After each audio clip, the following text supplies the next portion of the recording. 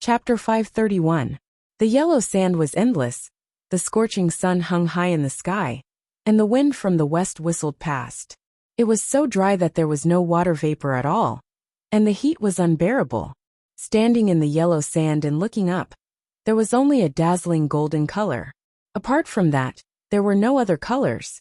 This was the westernmost desert, the place with the worst climate in the celestial pole. In the northernmost glaciers, there were at least igloos to keep warm and clean water to drink. But in the westernmost area, there was nothing but yellow sand and scorching sun.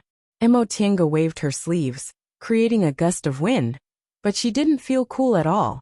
She couldn't help but wonder, is there anyone living in this damned place? Cultivators like them were immune to cold and heat, but standing in the yellow sand and looking at this scene, even their hearts would feel hot, let alone mortals. She was looking at an animal skin map.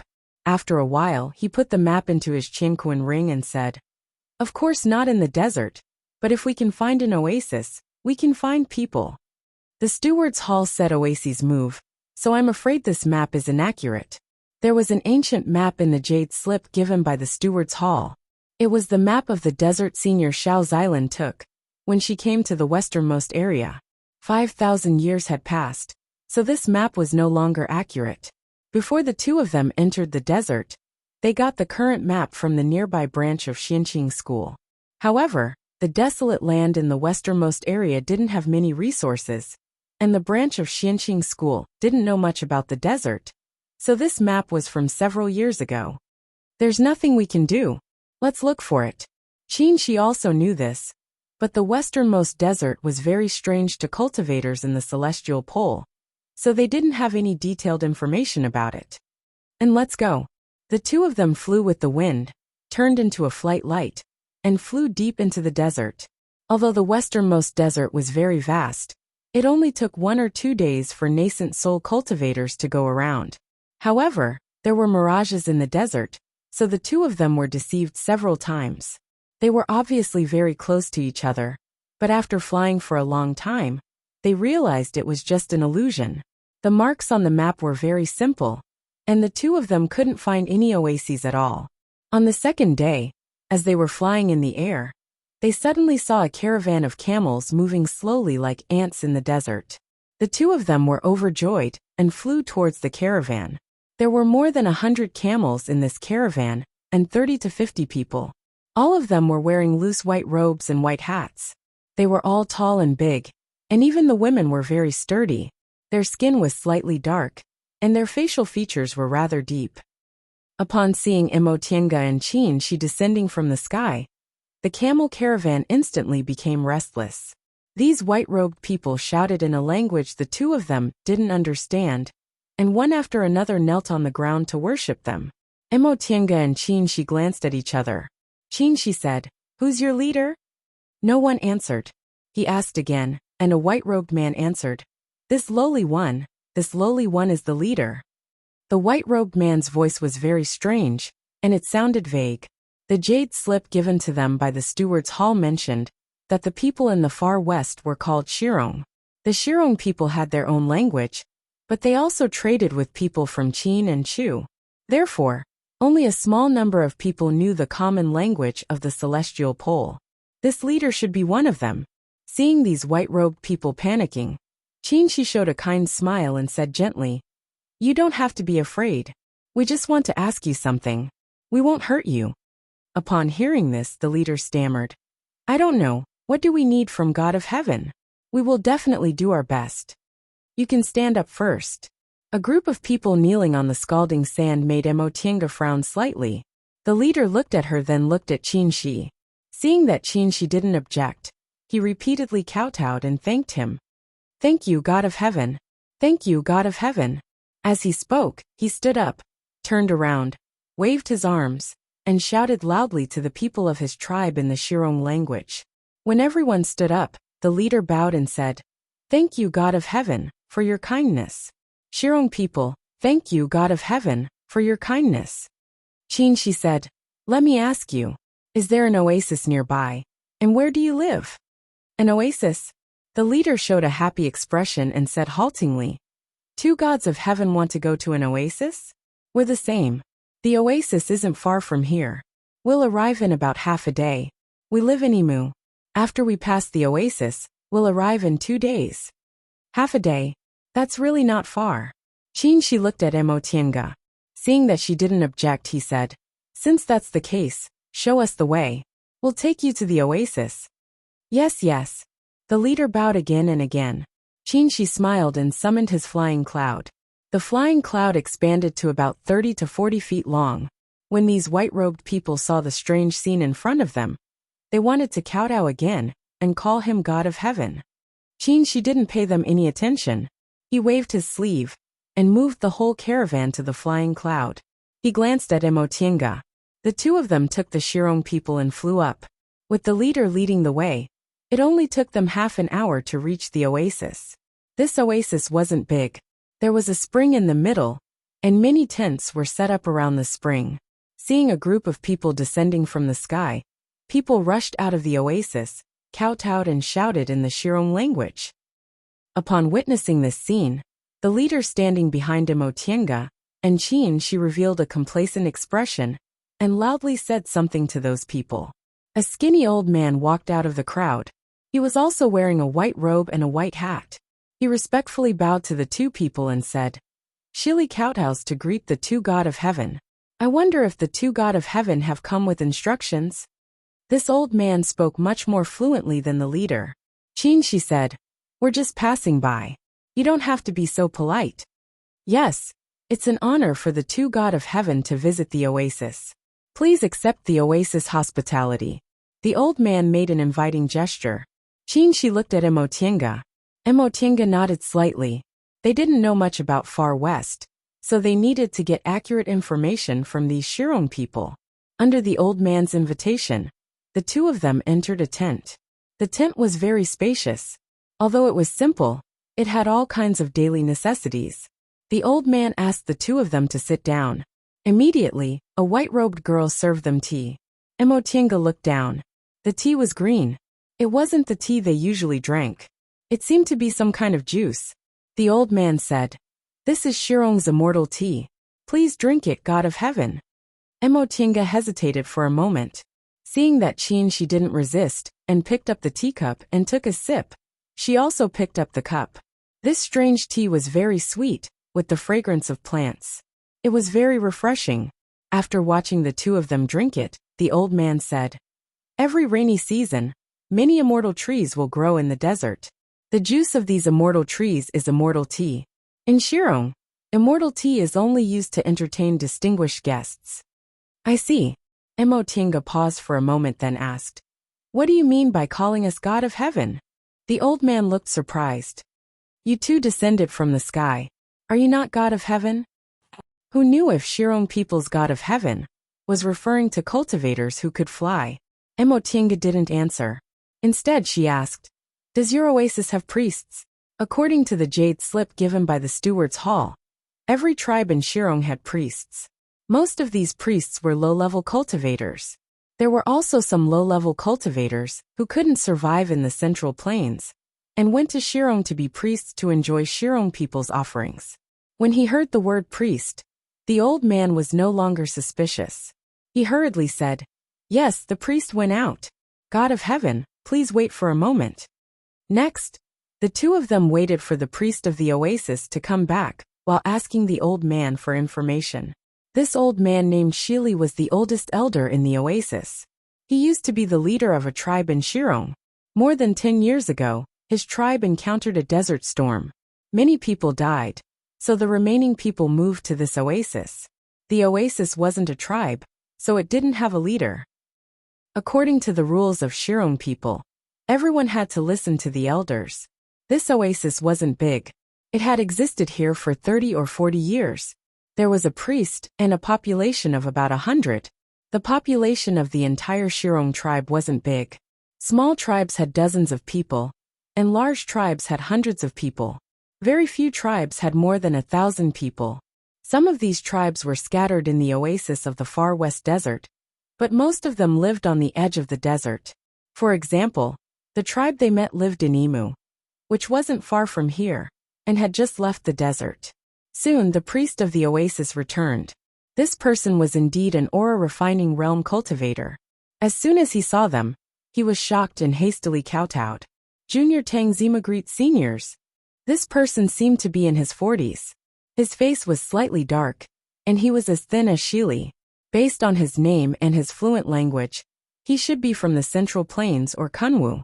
It was unclear whether he'd lived in the far west for a long time. But even his face looked like a Shirong person. Are you from Kunwu or the Central Plains? Qinshi asked. This Tang Zimu, upon seeing the heavy aura coming from the two of them, knew he'd met an expert senior. He answered while trembling with fear. Junior is from the Central Plains. Since you're from the Central Plains, why did you come to the far west? How long have you been in this oasis? How much do you know about the far west? Tang Zima bowed and answered. To tell you the truth, Junior was just an ordinary individual cultivator in the Central Plains. Because of my poor aptitude, not to mention the cultivation groups in Kunwu, even the clans in the Central Plains didn't want to take me in. Junior deeply felt that cultivation was difficult, so I came to the far west and became a priest of the Shirong people. Although the conditions in the far west were difficult, the Shirong people respected the priests very much, so their lives were a bit better than those in the Central Plains. Junior has been in the far west for more than 30 years. I don't dare to say I know the far west very well, but I know some things. He paused for a moment. Seeing that the two of them were friendly, he gathered his courage and asked, Seniors, are you core formation seniors from Kunwu? For him, core formation cultivators were already heavenly figures. When he was in the Central Plains, it was hard to even see foundation building cultivators. But these two people's auras were even stronger than those foundation building cultivators. Qinshi smiled. He didn't confirm or deny it and said, We came to the far west to do something, but we don't know much about the far west. You just need to tell us what you know. If you answer well, we'll naturally thank you. Yes, whatever senior wants to know, Junior will definitely tell you. Seeing that they didn't deny it, Tang Zimu already believed they were core formation seniors. So he hastily answered. Tell me about the several famous dangerous places in the far west first. Since you've lived here for more than 30 years, you must be very familiar with them. Yes. Tang Zima didn't hesitate. If we're talking about dangerous places in the far west, there are three most famous places. The first is Fengsha City, the second is Langtu Mountain, and the third is Fallen God Abyss. Chapter 532. Among the three most dangerous places in the far west, Fengsha City was located in the westernmost part of the desert. Langtu Mountain was located in the southwest, and was shrouded in ghostly fog all year round. Fallen God Abyss was located in the north, and was bottomless. Any one of these three dangerous places was a place that individual cultivators in the far west avoided like the plague. Even high-level cultivators in Kunwu were unwilling to go there. If each of these three dangerous places had treasures, then no matter how dangerous they were, cultivators would still go there. Unfortunately, there had never been any news about fated chances in these three dangerous places, so they became places that were forgotten by cultivators in the celestial pole. After listening to Tang Zimu, Qinshi thought for a moment, then took out a map and placed it in front of him. Take a look. Does the oasis marked on this map still exist? Even if it's a relic? What he took out was the ancient map the Steward's Hall found in Xuanji School's encampment. The Steward's Hall inquired everywhere, and found that Xiao Xilan's last resting place was an oasis not far into the far west marked on the map. After that, they couldn't find any more information. Tang Zimu looked at it carefully, then shook his head. Senior Junior has never heard of this oasis. I'm afraid this map is from several hundred years ago, right? This answer wasn't surprising. In the desert, everything changed in an instant. Not to mention several thousand years. Even a few years could greatly change a map. Even the map they got before entering the desert had a lot of errors, let alone this ancient map. Qinshi didn't ask anymore. He took out a jade bottle and threw it to him. Thank you. Tang Zima took the jade bottle, weighed it in his hand and beamed with joy. Thank you, senior. Although they were respected by the Shirong people in the far west, cultivation resources were too scarce, and they couldn't find spiritual plants to concoct medicinal pills. Priests in the far west like them could only rely on a few spiritual objects to cultivate. He hadn't seen medicinal pills for many years. Besides, this jade bottle wasn't light. There were at least a dozen of them. Tang Zimu asked enthusiastically, "Seniors, do you have any other orders? If there's anything I can help with, I'll definitely tell you everything I know." "Oh right." Mo Tiange asked, "Why do the Shirong people call us deities when they see us? What does it mean in the far west?" Tang Zimu replied, "This is the belief of the Shirong people. Legend has it that they were able to establish themselves in the extreme west because the gods gave them an oasis. Later on, when they saw cultivators who could fly, they all called them gods." "I see." Tang Zimu was very perceptive. Seeing that they had stopped talking, he said, "If the two seniors have nothing else to do, please rest here for a while. I promise that no one will disturb you." Mo Tiange smiled and nodded. "Then I'll have to trouble you." I wouldn't dare. Junior will take his leave." Once Tang Zimu left, Qinshi knocked on the table and said, "There's no news of treasures in the three great perilous zones. Why did Senior Shao come to the far west?" The far west desert was so big. Wanting to find a person who came here 5,000 years ago was too difficult. Unless they could deduce her intention, otherwise, it would be no different than looking for a needle in a haystack. Mo Tiange stared at the ancient map on the table. The markings on it were also very simple. There wasn't even a mention of the three great danger zones. The oasis that Xiao Xilan had been to had long disappeared in the desert. Even if they went there, they would not be able to find any clues. Just by looking at this map, they really couldn't see where Xiao Xilan went. After thinking for a while, Mo Tiange said, "For a nascent soul cultivator to come to the far west, she must have 3 reasons." She looked up at her. She said, "First, the far west's environment is special, so she cultivates some kind of special cultivation technique." She thought for a while then nodded. "Correct. If she cultivates an extreme yang cultivation technique, she'll indeed get twice the result with half the effort here. For example, if he had a spirit vein of similar quality, the far west desert would be a very good place to cultivate." However, the Jade Slip Wanderer Ziwei gave said that Senior Shao cultivates a wood attribute cultivation technique, so this reason shouldn't be valid. Mo Tiange continued, "Second, she deliberately hid here to hide from her enemies or something else." She shook his head. "Xuanji School doesn't seem to have any strong enemies, and Wanderer Ziwei also said that Senior Shao is a kind person, very popular, and never makes enemies of others. Then there's only the third reason, to look for treasures. Under normal circumstances, nascent soul cultivators died before their lifespans were up, and this was the most common reason. After cultivating to the nascent soul realm, cultivators all cherished their lives very much.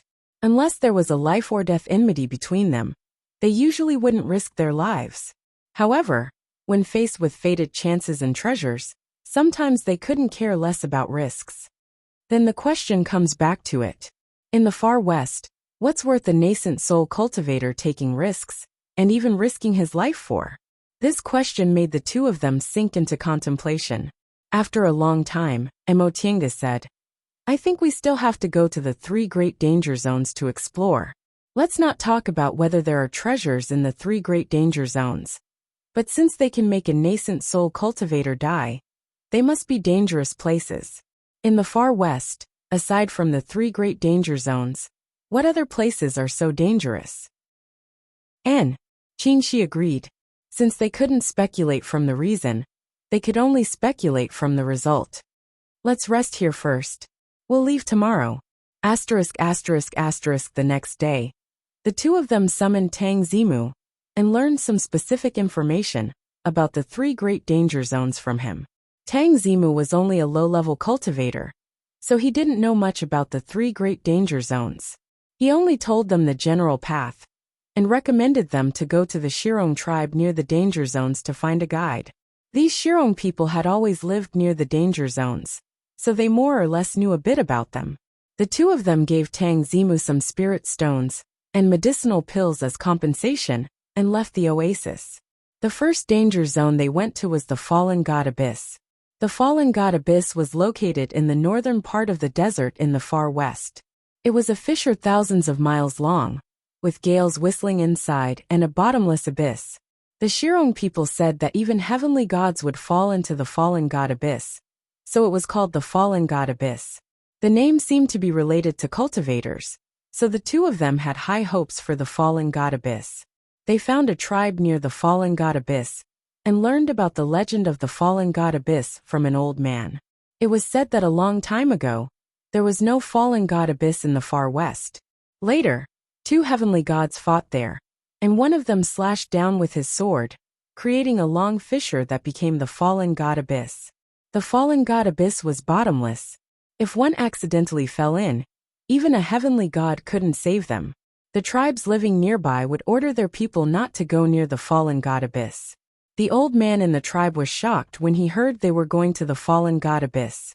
He repeatedly advised them that even if a heavenly god went to the fallen god abyss, he wouldn't be able to return. Mo Tiange was very interested in what he said, so she asked him if any god of heaven came here. The old man answered that he had never seen one, but according to the legend of the tribe, a heavenly god entered the fallen god abyss a long time ago and never came back. Hearing this news, the two of them became even more interested in the fallen god abyss. After thanking the old man, they went straight to the fallen god abyss. Although she had heard about the appearance of the fallen god abyss from Tang Zimu and the old man, Mo Tiange still gasped when she saw the long fissure. It's so big! This fissure was not only thousands of miles long, but it was also several miles wide. Standing on the edge of the fissure and looking down, it was so dark that they couldn't see the end. Even the gales inside the fissure were gray in color. The fissure was surrounded by dry Yellowstone. Not even a blade of grass grew. From time to time, Yellowstone would roll down and be swept away by the gales. Standing on the edge of the fallen god abyss, the two of them heard the howling gales with powerful momentum. They thought, no wonder this fissure is called the fallen god abyss. Not to mention mortals, even ordinary cultivators can't withstand such gales. Should we go down? Mo Tiange asked. She used her divine sense to feel the power of the gales. Even core formation cultivators would find it difficult to deal with them. Who knew if the deeper they went, the more powerful it would be? Let's go down, she said. We'll talk about it if we can't bear it. In the absence of clues, if they wanted to find Xiao's island, they could only go through the 3 great danger zones one by one. She shook his arm. The 3 young real fire sword emerged from his body and turned into sword aura, surrounding the two of them. Mo Tiange also summoned the heaven and earth fan and the white silk handkerchief. During the heavenly tribulation, half of the white silk handkerchief was broken. In the past few years, she found some materials and managed to repair it, so it could still be used. Soon after, the two of them jumped into the fallen god abyss. The wind howled in their ears, and the aura around them was chaotic. Mo Tiange frowned, touched her Qingquan ring, and took out the Tai Chi 8 diagrams. The Tai Chi 8 diagrams unfolded beside her, and the aura around them immediately stabilized. The two of them continued to descend, and the gales swept towards them. With the howling sound of the wind, the gales carried a lot of Yellowstone fragments and smashed towards them. Before these fragments could get close to them, they were burned by the vermilion bird's flames carried by the 3 young real fire sword, and the sizzling sound was endless. The two of them continued to descend in the gales. This wind, Mo Tiange frowned and said, it seems to be able to disturb our divine senses. She spread her divine sense, but she couldn't reach the bottom of the fallen god abyss. And let's be careful, she said. The gales became stronger and stronger, and the whistling sound in their ears almost broke their eardrums. In the end, Mo Tiange was sure that even core formation cultivators couldn't stand this level of gales. No wonder there weren't many cultivators who came to the far west. Just descending from the top of the fallen god abyss was already so dangerous, and she didn't hear about any treasures. Which nascent soul cultivator would be so free? Speaking of which, could it be that Senior Xiao Xylan was bored? So she searched for treasures everywhere, and thought there should be treasures in such a dangerous place. So she came to the far west? This guess wasn't impossible. The problem was, According to Wanderer Ziwei, Xiao Xilan didn't seem to be such a bored person. After descending for a quarter of an hour, the two of them felt a strong suction. Mo Tiange looked down and saw a vortex appearing in the gales below. Her expression changed slightly, but Qinshi already shouted, "Dodge!" The appearance of a vortex meant that there was a powerful force in that place. The gales around them were already at the nascent soul realm, so who knew whether they could withstand the force in the vortex? The two of them changed directions, wanting to stay away from the vortex, but they couldn't stop falling. The deeper they fell, the stronger the force of the vortex became. They tried their best to avoid it, but they were still inevitably dragged by the vortex bit by bit. They could only hold hands tightly to protect each other. Chapter 533. A tearing force came, almost tearing their protective aura shield apart. The two of them tried their best to maintain their balance and block this force, but their bodies fell down uncontrollably like kites with broken strings. The feeling of losing control lasted for about a quarter of an hour. Finally, with a bang, the sword aura of the three young real fire sword seemed to have smashed something, and the two of them fell down heavily. The whining sound of the wind suddenly subsided. After a while, the two of them got used to it and crawled up in a daze. "Are you okay?" Qinshi asked. Mo Tiange took a deep breath and shook her head. "I'm fine." Her meridians and body were incomparable to ordinary cultivators. She just felt a little dizzy after losing control for so long. "How about you?" Qinshi shook his arm and withdrew the three young real fire sword. "I'm fine." He had also been tempered by the vermilion bird, so a small impact was nothing to him. After making sure they were fine, the two of them looked around and found that the place they fell into was a pit surrounded by yellow stones. Not even a blade of grass grew there. There was no gales and only a slight sound of the wind. The two of them came out of the pit. The place they were in seemed to be a canyon surrounded by yellow stones. There were no living creatures. The whining sound of the wind came from a distance, but they couldn't hear it clearly. Above the canyon, the light was dim, and the breath was chaotic. There was only a very narrow crack. Following the sound of the wind, the two of them found the center of the vortex. At the entrance of the canyon, the gales gathered into a vortex. This vortex wasn't big, but it was very powerful. As soon as they approached, the spiritual aura fluctuations brought by the vortex cut their bodies like sharp blades. Qinshi frowned slightly. He shook his sleeves and a sword aura flew out, piercing the vortex. The closer they got to the vortex, the harder it was to control the sword aura. As soon as it touched the center of the vortex, it suddenly lost control and was thrown out by the vortex. With a bang, it hit the yellow stones on the side and shattered them. Seeing this, the two of them looked at each other, and their expressions changed slightly. This sword aura was separated from the three young real fire sword by Qinshi. It contained the breath of the vermilion bird and was connected to his mind, but he lost control so easily. No wonder they were easily sucked in. Even nascent soul cultivators couldn't directly resist the power of this vortex. "What should we do?" Mo Tiange asked after hesitating for a while. Qinshi looked around and said, "Let's walk around first and see what kind of place this is." Mo Tiange nodded. This was the only way. The two of them walked along the canyon, all the way to the depths. Although there were no spirit veins or strange creatures here, due to the existence of the vortex, they did not dare to casually use Dharma spells. They only surrounded themselves with protective spiritual energy and slowly moved forward. The path up the canyon was very complicated. The two of them walked for a long time before they realized that it was not a canyon, but a very deep cave. The cracks on the canyon had disappeared. As they got further and further away from the vortex, the sound of the wind gradually faded away. The world around them was quiet except for the sound of their footsteps. The surrounding stone walls gradually turned into a greenish-gray color. After walking for another half a day, she still couldn't see the end of the road, and the scenery didn't change in the slightest. Mo Tiange was baffled. What the hell is this place?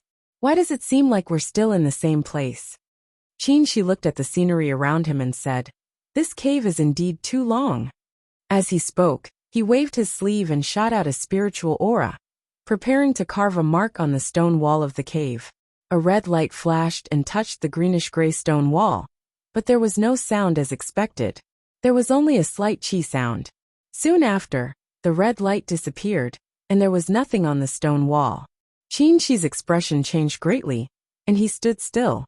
Emo Tiange was also stunned. After a long time, she finally found her voice. How could this be? After a while, Qin Shi finally regained his composure. He didn't answer. Instead, he took out the main body of the three-yong real fire sword and stabbed it at the stone wall.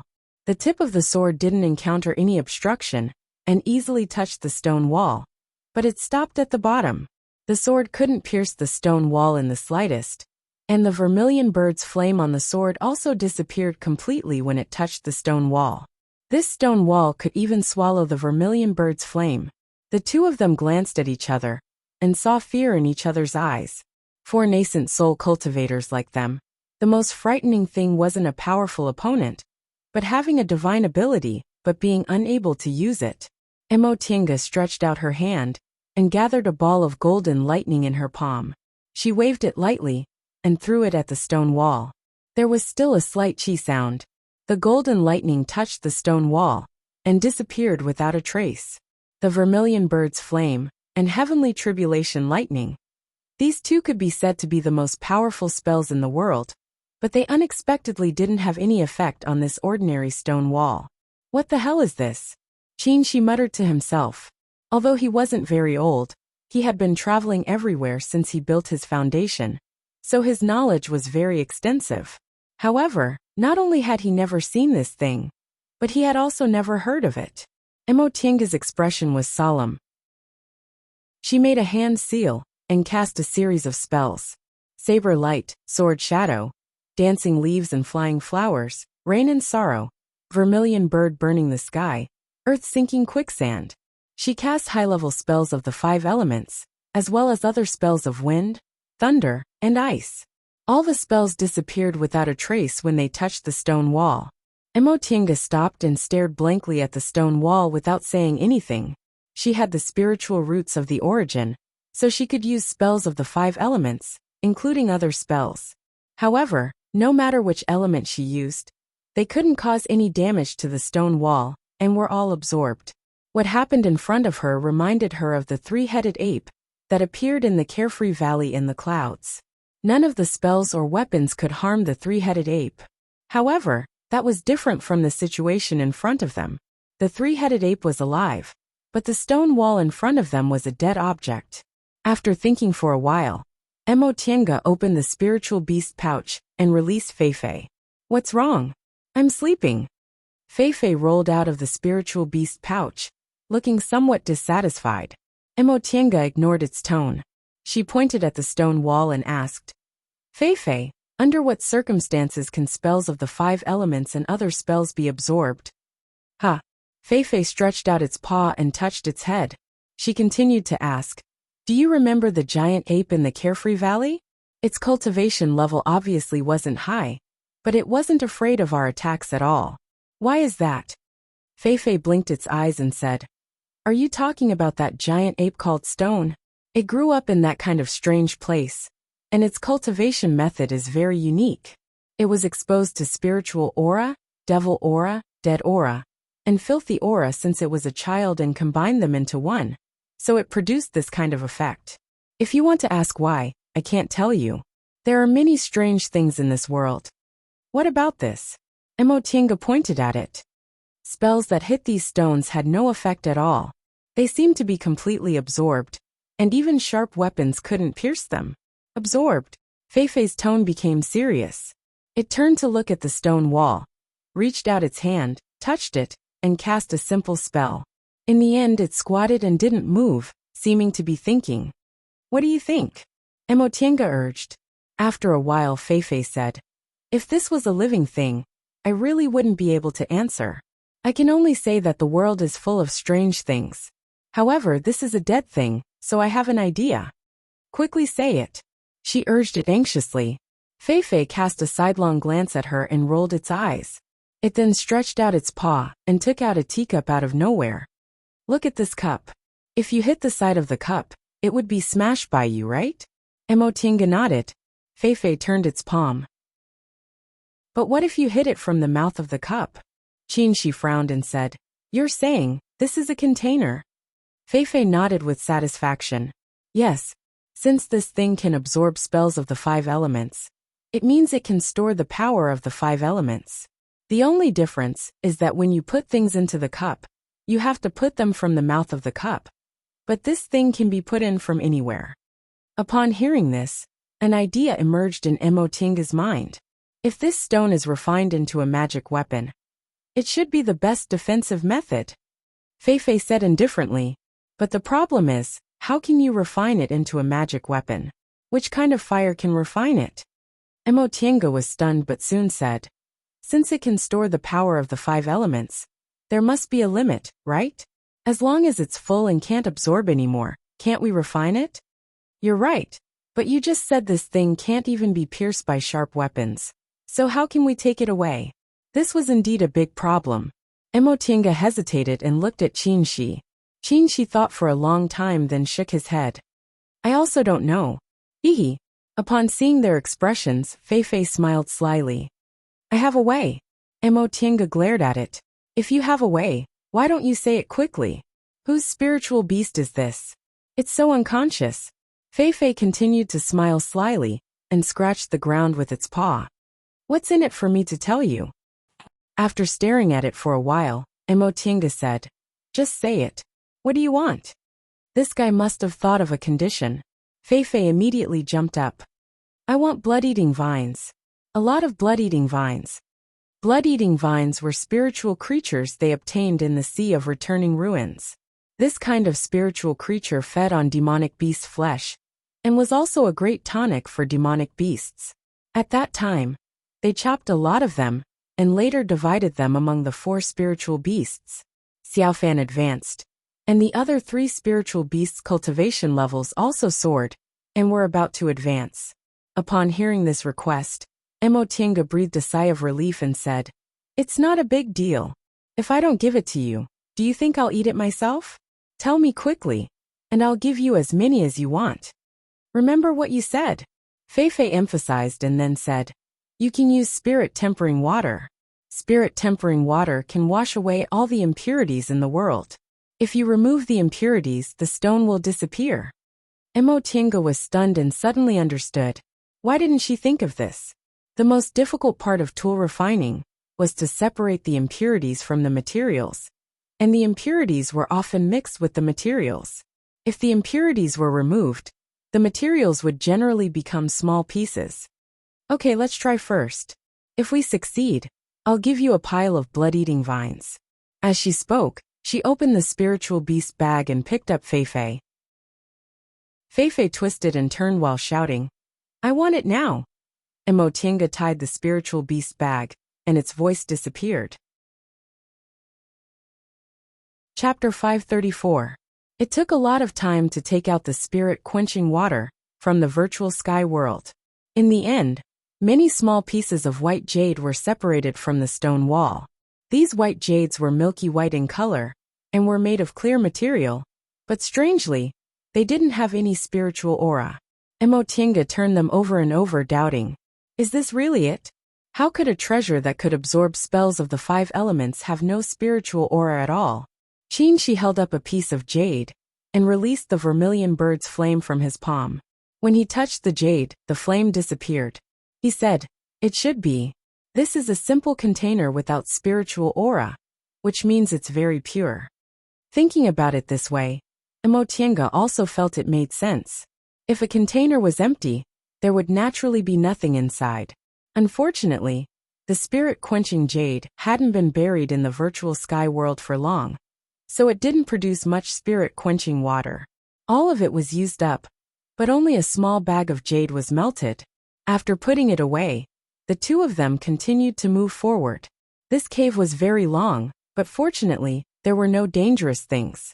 As they walked, the color of the stones became darker, and their surroundings became hotter.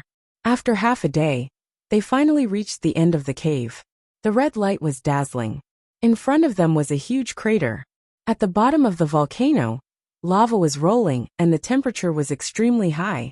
The two of them finally realized that they were in a small cave on the wall of this volcano. Looking down at the volcano, Emotinga said, "There seems to be nothing special here." This volcano wasn't on a spirit vein. Although there was earthly fire, its level wasn't very high. At least, it wasn't at the level of Supreme Yang real fire. And, with the vermilion bird's flame, Qin wasn't interested in ordinary fire. He looked up and said, "Let's go up." They flew out of the crater. In front of them was still a barren land. Not even a blade of grass grew, and there were no living creatures. As they approached the crater, the rocks were smoked black and then red. Further away, they saw dried yellow stones just like above. The two of them were a bit surprised. This place was called Fallen God Abyss, and was known as one of the 3 most dangerous places in the far west. They thought the bottom of the abyss must be very dangerous. But why was there nothing except the gales and whirlpools in the sky? "Let's go and look around," Emotinga said. And, since there was no danger, the two of them used their respective escape techniques and flew forward. Looking from above, the crack in the Fallen God Abyss was thousands of miles long. But the bottom was not so long. At most, it was only a few hundred miles. With the speed of the two of them, they traveled back and forth in less than half a day. After searching the entire bottom of the Fallen God Abyss, he finally confirmed that there was indeed nothing here. There were no dangerous things, no treasures, and no traces of people. The only strange thing was the astral wind vortex at the bottom of the kernel. As long as one was within a mile of the vortex, they would be affected. Qin muttered to himself for a long time before he said, "It seems like it's not here." Yes, since it's one of the 3 most dangerous places, why is the Fallen God Abyss so calm? Qin smiled and said, "It's very peaceful down there, but think about it. How are other cultivators supposed to come down? Even core formation cultivators couldn't resist the astral winds in this high altitude. How many nascent soul cultivators would be so bored as to come to this desolate place? Besides, there was still the whirlpool after passing through the astral winds. If we didn't have a chance to temper our bodies, and were sucked into the whirlpool, we might not be able to keep our lives." "That's true." Emotinga paused and asked, "Then should we go back?" "Let's go back." Qin stepped on the flying cloud. Emotinga followed him, and turned to look at the Fallen God Abyss in front of her. "I always feel that this Fallen God Abyss isn't that simple." Qin shook his head. "Even if it's not simple, there's no need to explore it right now. We have another purpose for this trip. Let's finish our business first." "That's true." After some effort, the two of them came out of the Fallen God Abyss. It only took them 2 days to get out. They collected a small bag of unknown jades, and didn't find any clues. After coming out, the two of them discussed, and decided to go to Fengsha City next. The distance from the Fallen God Abyss to Fengsha City was closer than Langtu Mountain. With the map provided by Tang Zimu, the two of them didn't get lost this time. They rested in an oasis, and arrived at Fengsha City 3 days later. Fengsha City was located in the west, on the edge of the far west desert, and backed by the West Ridge mountain range. Compared to the mysterious Fallen God Abyss, there were many legends about Fengsha City. Almost all the tribes that lived near Blowing Sand City, big or small, had their own legends about it. In the legends of Shirong, Fengsha City was also called Devil City. It was said that tens of thousands of years ago, this was the most prosperous city in the far west.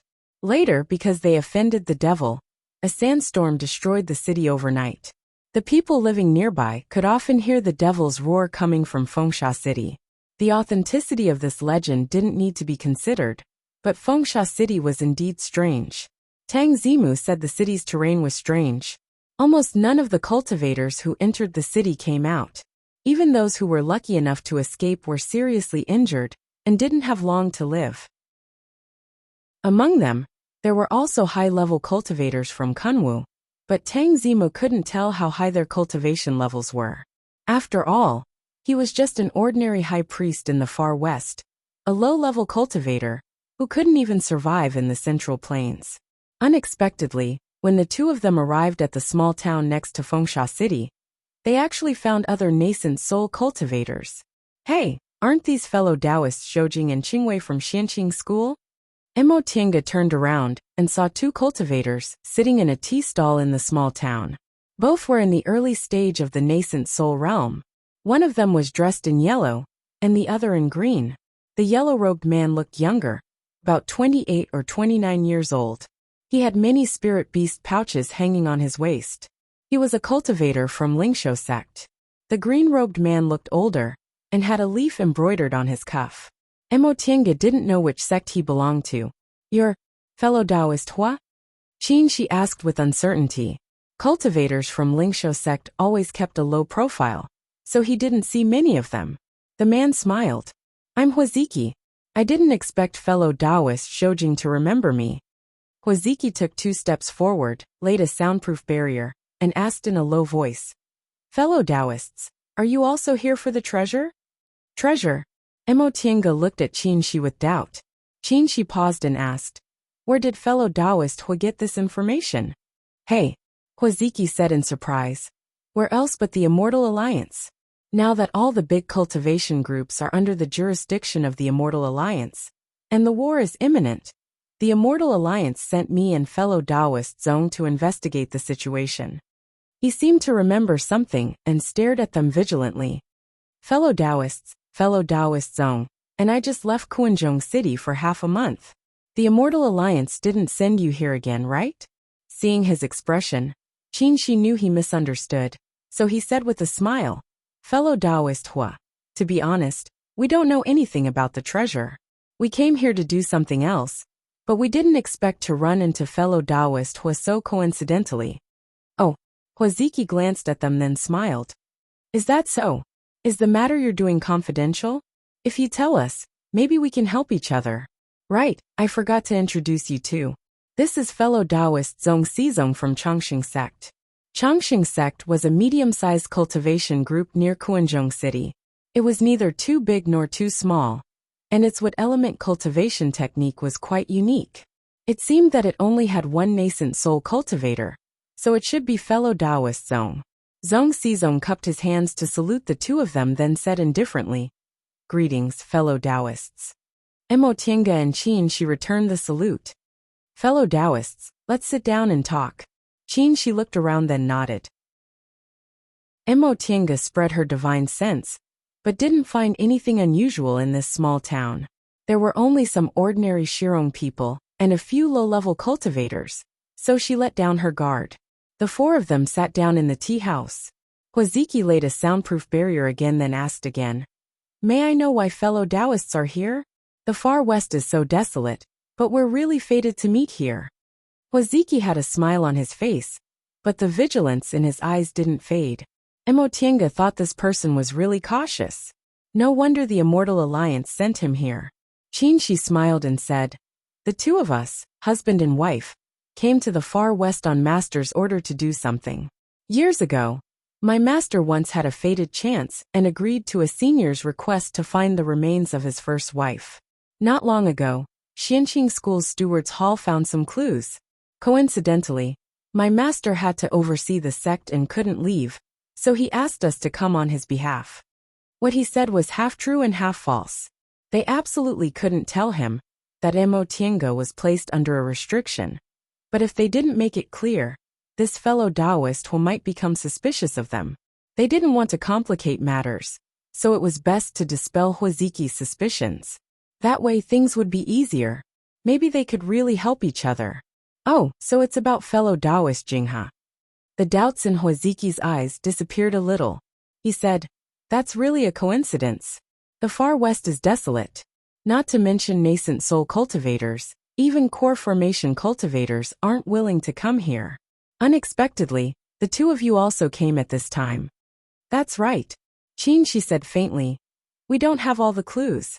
We only know that there are 3 great danger zones in the far west. That senior went missing in the far west, so it's most likely related to the 3 great danger zones. We can only find them one by one. We just went to the fallen god abyss a few days ago, but unfortunately, we didn't find anything, so we came to Fengsha City. These things originally didn't need to be explained so clearly to other people. He said this deliberately for Huaziki to hear. Sure enough, Huaziki didn't ask any more questions. So fellow Taoists don't know about the treasures? Zhongxi, who was traveling with Huaziki, said. Qin looked at him and calmly shook his head. I really don't know. Seeing that he didn't look like he was pretending, Zhongxi relaxed a little and glanced at Huaziki. Huaziki paused for a moment, then said with a smile. This matter isn't a secret in Kuanzhong City. Presumably, you too can get the news now that you've returned to your sect. Is that so? Qin looked a little curious. He said, if fellow Taoists don't mind, we'd like to hear it. Huaziki smiled and winked mischievously. It's not a problem to hear it, but fellow Taoists have to help after you hear it. Chapter 535. Mo Tiange wasn't familiar with the nascent soul cultivators in the celestial pole. It hadn't been long since she advanced to the nascent soul realm, so she hadn't established any connections. Out of consideration for Xianqing school, the nascent soul cultivators from various cultivation groups treated her politely. However, as nascent soul cultivators, they inevitably had a bit of arrogance and always kept a distance from each other. However, this fellow Taoist Hua from Spirit Beast sect was talkative and humorous. Qin smiled and said, Xianqing school is also a member of the Immortal Alliance, so it's only right for us to help. Huaziki blinked and smiled. That's good, that's good. This matter has something to do with Xianqing school. Huaziki slowly explained the matter. Not long ago, your group's brother Xianin, Tiandao sect's fellow Taoist Lu, and Biyun sect's fellow Taoist Qinglan went deep into the demonic beast forest. They killed a beast cultivator and obtained something from him. The three of them returned to Kuanzhong City and handed it over. After the Doyens studied it, they found it was an ancient item. It seemed to be a map of a large ancient sect storehouse. Storehouse map? Qin was surprised. Mo Tiange was also attracted. They had been to the storehouse of the Ice Palace and knew how grand the storehouses of the so-called big ancient sects were. If they could really find the storehouse of a big ancient sect, it would be great news for the current immortal allies. They would need to consume resources to fight against demonic cultivators and demonic cultivators. Mo Tiange became suspicious. Finding an ancient storehouse was a big deal, so this news should be very secretive. Why did Huaziki say it so easily? What was even more strange was that the Immortal Alliance only sent 2 early-stage nascent soul cultivators to investigate. It seemed they didn't attach much importance to it. Huaziki waved his hand as if he knew her doubts and explained, You don't need to be surprised. This map is incomplete and only vaguely points to the west, so the Immortal Alliance sent me and fellow Taoist Zhong to explore the situation. In fact, the map is too incomplete, so the Immortal Alliance didn't have much hope. I see.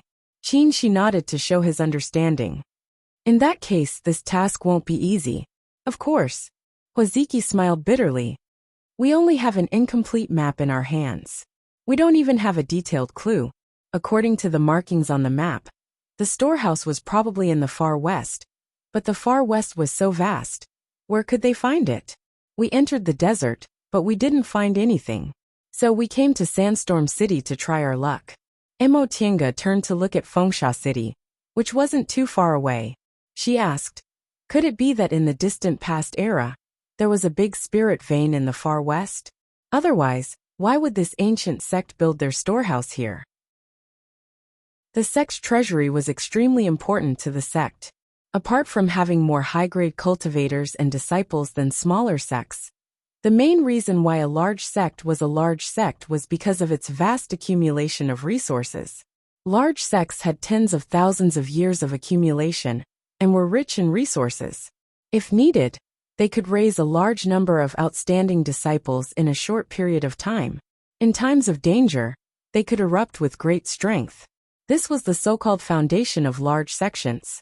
So the sect's storehouse was built in the sect's base, and it was covered in layers of restrictions and heavily guarded. If one wasn't a core disciple of the sect, it would be difficult to even catch a glimpse of it. Apart from that, many sects would also set up their own storehouses. These storehouses were usually built in the sect's main courtyard. For example, Zhengfa sect was located in the far north, but it also had a sizable branch in Kunwu that also had a storehouse. Places with courtyards were bound to have spirit veins. Huaziki shook his head. We're also very unfamiliar with the far west. However, after going around for a while, it doesn't seem like there's a big spirit vein in the far west. Emotienga and Qinshi looked at each other, and Qinshi said, since there's no spirit vein, how could there be a storehouse? Huaziki said, to tell you the truth, in the ancient records of the celestial pole, there's never been any record of any large cultivation group in the far west. Several Doyens think this storehouse is probably the secret treasure hiding place of a large ancient sect. Oh, the two of them understood. The so-called secret treasure trove was in fact a well-hidden warehouse. Many large cultivation groups had this kind of secret storehouse, but no one knew where it was except for the people in charge. The affairs of the world were unpredictable. Even a large cultivation group might face a calamity. Once they encountered such a crisis, the function of the secret storehouse would become obvious. They could use the materials in the secret storehouse to find an opportunity to rise again. Even if they couldn't restore their former glory, they wouldn't destroy their orthodoxy. This kind of secret storehouse was usually very rich, second only to the sect's main storehouse. Moreover, the location didn't matter whether there was a spirit vein or not. The more remote the better. That being the case, the far west was indeed a good place. The conditions were bad, and there were few people here. If they didn't use the secret storehouse, no one would know about it. More importantly, for them, the secret storehouse of a large ancient sect was more meaningful than the main storehouse. Because the main storehouse was located inside the sect, it was backed by a spirit vein. No matter how long it had been, the power of the restrictions would still exist. It would be very troublesome to break it, and sometimes it would be impossible to break it. As for the secret storehouse, it was usually located in a desolate place. Without a spirit vein, the restrictions and formations would slowly lose their power over a long period of time. If they found it, they could take out all the treasures in the storehouse. So fellow Taoists are going to Fengsha City? Qinshi asked. Isn't that right? Huaziki shook his head and sighed. We analyzed the situation. We can't just bury the treasures in the desert, right? So, our target is the edge of the desert. Fengsha City is one of the 3 most dangerous places in the far west. It's a good place to hide treasures. Then he looked at Qinshi and Emotienga. What about fellow Taoists? Do you also want to go to Fengsha City? Qinshi nodded. Yes, we came for Fengsha City. Apart from the 3 most dangerous places, is there any other place in the far west where nascent soul cultivators can't return? What a coincidence. Huaziki smiled. Since we have the same goal, are you willing to go with us? Qinshi glanced at Emotienga and said with a smile, since fellow Taoist Hua invited us, why not? After reaching an agreement with Huazong and Emotienga, the 4 of them arranged a time and went their separate ways. Huazong and Emotienga went to the surrounding small tribes to inquire about the situation in Fengsha City. Emotienga and Qinshi temporarily settled in the small town. Senior Marshal Brother, Emotienga said worriedly after setting up a soundproof barrier. How trustworthy do you think fellow Taoist Hua's words are? Qinshi didn't answer but asked. Do you think his words aren't trustworthy? Emotienga pondered and said, I don't know this fellow Taoist Hua, so I don't know what kind of person he is. However, discovering the treasure hiding place of a great ancient sect is a big deal. How could he casually disclose the mission? He said the Immortal Alliance doesn't have much hope for this, but this reason seems a bit far-fetched. Even if there was no definite information about a secret storehouse, it couldn't be casually publicized. Although the Immortal Alliance was established in the Celestial Pole now, there were still competitors among the cultivation groups. Moreover, among the people who discovered the treasure map, there were people from Xianqing School. Did he not consider that they came here secretly to investigate the location of the treasure? What you said makes sense. Qinshi didn't object, but his next sentence was, but I think he's just a little petty. Oh, Qinshi said. Senior Marshal Brother Zhenyang's name in the Council of Elders isn't a secret to Xianqing School. Regardless of whether we came here for this matter or not, it's not strange for him to be frank about this mission. First, it's easy for us to find out, so there's no need for him to hide it. Second, I'm afraid he's deliberately flattering us. Emotienga was puzzled. Why would he flatter us? In terms of identity, he's the Grand Supreme Elder of Spirit Beast Sect, one of the 7 great cultivation groups, so he's not inferior to us. In terms of cultivation level, he's only one small realm higher than you, so it's not worth flattering us, right? It's not because of this. Qin shook his head. In my opinion, not only are his words not trustworthy, but they're also quite exaggerated. Emotienga was even more confused. Then why did you say he's just a little petty? Qin smiled and said, how can the Far West be so big? Why did they come to Sandstorm City so coincidentally? It's not easy to bury treasures in the desert, but Westridge Mountain Range is very long. Sandstorm City is a dangerous place, so shouldn't it be the last place to investigate? You're saying they're sure the secret storehouse is in Sandstorm City? Even if they're not sure, they should have some pretty solid clues. Qin stared at her meaningfully. Do you understand now? Emotienga thought about it and understood what he meant. I understand. We just happened to come to Sandstorm City at this time. So this secret storehouse is very likely to be discovered by us. That being the case, why don't we join them? With treasures in front of us, everyone has to be a little petty. Correct. Qin showed a faint smile. He invited us to go with him, and didn't conceal his mission at all. He wants to borrow our strength, but he also agreed to share a piece of the pie with us. Emotienga shook her head. The thoughts of these nascent soul cultivators were really complicated. On the surface, Huaziki seemed straightforward, humorous and straightforward, but she didn't expect there were so many layers of meaning in his few short sentences. Then what do you think, Senior Marshal Brother? Since I agreed, I'll naturally accept his proposal, Qin said lightly. This secret storehouse belongs to the Immortal Alliance, even if we find it. If we can take advantage of it, why shouldn't we? All right. After a pause, she suddenly laughed. Qin raised his eyebrows and asked, what are you laughing at? Emotienga stopped laughing and asked, do you remember when we left Yunwu sect? You took me back once? Of course I remember. Qin sighed with emotion. At that time, you were still a little girl. In the blink of an eye, it's been more than 100 years. Yes, Emotienga sighed but soon smiled. At that time, I wasn't familiar with you. I only felt you were cold, steady, and had the air of a gentleman. I didn't expect that before we left, you would ransack Yunwu sect. Qin also laughed when he heard her mention this. He touched his nose, seeming a little embarrassed. It'd be a waste not to take some advantage. Yunwu sect did that kind of thing, and I've long wanted to teach them a lesson. By the way, you obviously hated them back then, but why haven't you mentioned revenge all these years? Emotienga looked at him meaningfully. When we left that year, you seriously injured 2 core formation cultivators from Jiang clan. Did you think I didn't know? Qin was stunned. You knew? Yes, I met Senior Marshal Brother Lu later. Emotienga sighed and said faintly, Jiang Qingxian was killed by Senior Marshal Brother Jiang, and the 2 core formation cultivators from Jiang clan were seriously injured by you. What kind of hatred do I have? The ones who offended me were people from Jiang clan, and the ones who saved me were also people from Jiang clan. As for second uncle's revenge, by the time I had the ability to go back, those 2 core formation cultivators from Jiang clan were probably already dead. Did I really have to go back and exterminate the whole Jiang clan? Chapter 536. When she was building her foundation, Emotienga met Louis Dao, who lived with her back then. From him, she learned that the 2 core formation cultivators of Jiang clan were seriously injured by Qin when they fled.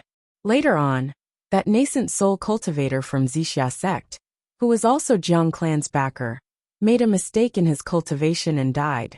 Because of that, Yunwu sect and Jindao school broke away from Zixia sect's control, and Jiang clan declined from then on. After she formed her gold core, she met Wang Qianyi and Xin Bing on Demonic Mountain, and learned that Yunwu sect and Jindao school joined hands, and regained their sect. Although she didn't ask about Jiang clan's situation, she knew Jiang clan wouldn't have a good ending. Even if the 2 core formation cultivators didn't die, they would be imprisoned, and they didn't have much lifespan left. If she hadn't been trapped in Yunzhong and returned to the celestial pole according to her original plan, it would have been the best time for her to take revenge. Her cultivation level would have improved greatly, and they might still be alive. Unfortunately, she stayed in Yunzhong for a long time. She estimated the lifespan of the two core formation cultivators from Jiang clan was almost up. Besides, she had formed her nascent soul when she came back from Yunzhong. The higher one stood, the farther one could see. If Mo Tianga's cultivation level was only in the core formation realm now, maybe she would return to Yunwu sect to seek justice for what she owed her and vent her anger. But now, as long as she wanted to, she could destroy the entire Yunwu sect with a wave of her hand. She no longer had any thoughts of revenge. Why would a person care about the ants under her feet?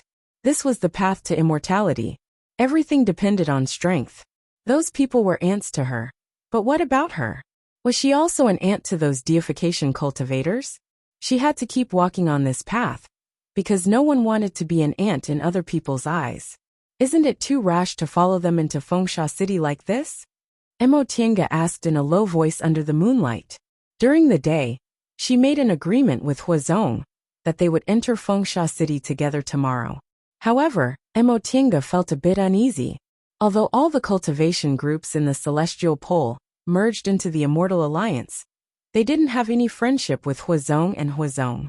Fengsha City was one of the 3 most dangerous places in the far west. It wasn't good to have untrustworthy companions. Qin, she said.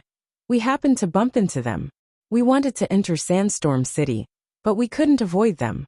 Besides, I have a slight understanding of these 2 people. They aren't good at fighting. If we combine our strength, it won't be difficult to defeat them. In fact, he was confident that even if he were to face the combined forces of Huazong and Huazong, he would still be able to easily defeat them.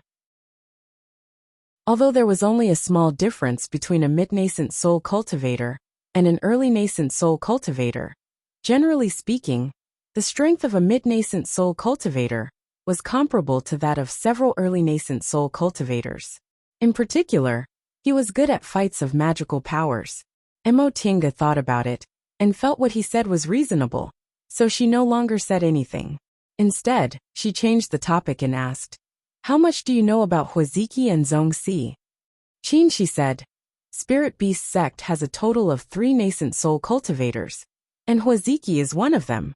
His cultivation level is mediocre, and his spells are also mediocre. However, the Spirit Beast sect was proficient in taming beasts. He had a few strange insects and beasts in his possession that were quite unique. As for fellow Taoist Zong, he's the Grand Supreme Elder of Longevity Sect. Longevity Sect is a medium-sized cultivation group and only has 1 nascent soul cultivator. This fellow Taoist Zong isn't famous, and he's also a bit old, so he has no hope of advancing to the next realm. However, he's been in the nascent soul realm for a long time and has rich experience in fighting, so we can't underestimate him. Mo Tianga also understood that for experienced cultivators like him, even if their cultivation levels weren't high, their life-saving skills were first class. As for their character, Qin, she paused and shook his head. I'm not familiar with them, so it's hard to say. As an outstanding disciple of Xianqing school, Qin, she knew a lot about the big cultivation groups and high-level cultivators, but he couldn't say he was familiar with them. When he was building his foundation, he liked to run around and made a group of friends. However, his cultivation speed was too fast. Among his old friends, only Jing Xingji could keep up with his cultivation speed.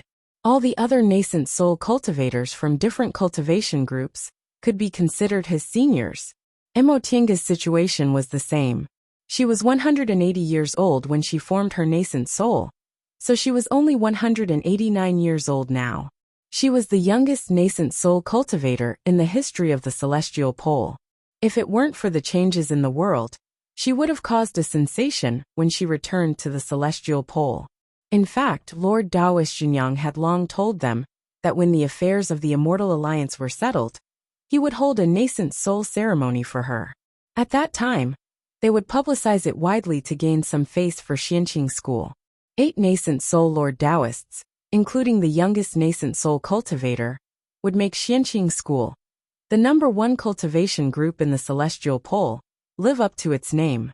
However, for Mo Tiange, this nascent soul ceremony was more troublesome. At that time, she would have to entertain other people, which gave her a headache. She shook her head to put this matter to the back of her mind and asked, "Then what should we do now?" She thought for a while, then said, "You go left and I go right. We'll meet here in 2 hours at most." Okay. Mo Tiange agreed. The two of them didn't say anything else and split up. They had to enter Fengsha City tomorrow, so tonight they came to explore the way. Clouds appeared under her feet, and Mo Tiange took a detour to the south. Fengsha City was just like its name. The wind howled and sand and stones piled up. From the outside, the towering city walls and tall buildings were all made of sand and stones, giving it a majestic and spectacular view. However, when she got closer, she found there were holes formed by wind erosion everywhere. Not even a blade of grass grew. It was extremely desolate. Mo Tiange didn't go far before she frowned. When she came during the day, she and she used their divine senses to sweep Fengsha City. At that time, they only felt that Fengsha City was very big. Even with their powerful divine senses, they still couldn't penetrate it. Now that she was on the periphery of Fengsha City, she finally realized that this place was strange. The reason why their divine senses couldn't penetrate wasn't because Fengsha City was too big, but because the sand buildings and mounds inside interfered with divine senses. Upon realizing this, Mo Tiange changed her direction and flew upward. She didn't stop until she was in midair. Looking down from above, under the moonlight, Fengsha City was full of shadows and strange buildings. Coupled with the sometimes sharp and sometimes muffled sound of the wind, it looked even more terrifying. It was as if there were really ghosts hiding inside, just like the underworld. Mo Tiange shook her sleeves. The 8 trigrams of Tai Chi flew out and hovered in midair, emitting a hazy white light. The surrounding atmosphere immediately stabilized. She closed her eyes and spread out her divine sense. Sure enough, a moment later, she opened her eyes with a slight frown on her face. As one of the 3 most dangerous places in the far west, Fengsha City was indeed different. At first glance, the sand buildings in Fengsha City seemed to have been abandoned for thousands of years. There were only traces of erosion left by the wind and rain over the years. There was nothing related to cultivators. However, she found that there was something strange hidden inside. These sand buildings and mounds were scattered in Fengsha City in a messy but wonderful way. When one's divine sense penetrated into them, one would be unknowingly misled. This kind of misdirection didn't have spiritual aura, so even nascent soul cultivators would fall for it. This is really wonderful, Mo Tiange muttered to herself, while looking at the quiet Fengsha City under the moonlight. This was obviously a kind of formation, but it was very different from the formations in the cultivation world. All the formations in the cultivation world were related to spiritual aura. Therefore, once spiritual aura was exhausted, many formations and restrictions would lose their effectiveness. However, this Fengsha City didn't have any spiritual aura at all. Just by relying on sand buildings and mounds of different sizes, it could interfere with cultivators' divine senses. This was absolutely unheard of and unprecedented. Before this, she only heard that the formations in the secular world were arranged according to their positions, but those kinds of formations were ineffective against cultivators. Formations like the one before her that didn't need spiritual aura to affect cultivators were too heaven-defying. In the end, Mo Tiange cast her gaze towards the depths of Fengsha City. Since her divine sense couldn't penetrate deeper, should she go inside and explore? After thinking for a while, she gave up on this idea. The formations in Fengsha City were too strange. There might be something beyond her understanding. In any case, she would go inside tomorrow, so it wasn't worth the risk. She put away the Tai Chi 8 trigrams and was about to land on the ground to meet up with Qin Shi. However, all of a sudden her hair stood on end. She used Thundering Flash, and her figure flashed several dozen feet away. Soon after, Mo Tiange waved her sleeve. With a flash of lightning, a mass of golden lightning suddenly rushed forward. Boom! With an explosion, A dazzling golden light flashed in the place where she was standing. What collided with the golden lightning bolt was a mass of black fog that looked like an ink dot. Ah! A slight cry of pain came from the black fog. Emotinga's gaze shifted and she stared coldly. Who's there? That mass of black fog swayed and stabilized in midair. Then, the black fog slowly grew bigger and finally dispersed, turning into a woman. This woman was in her 20s. Her appearance was delicate and beautiful, and she wore revealing clothes. She wore a tube top that only covered her chest, and a short skirt that only covered her thighs. Both the tube top and skirt were made of animal hide, revealing her snow-white waist and legs. She had a wild charm to her. At this moment, she moved her fingertips, and a machete appeared in each of her hands. Then she put her hands together, and the two machetes connected, turning them into strange weapons with blades at both ends. Holding the double-edged machetes, the woman glanced at Emotinga and suddenly smiled.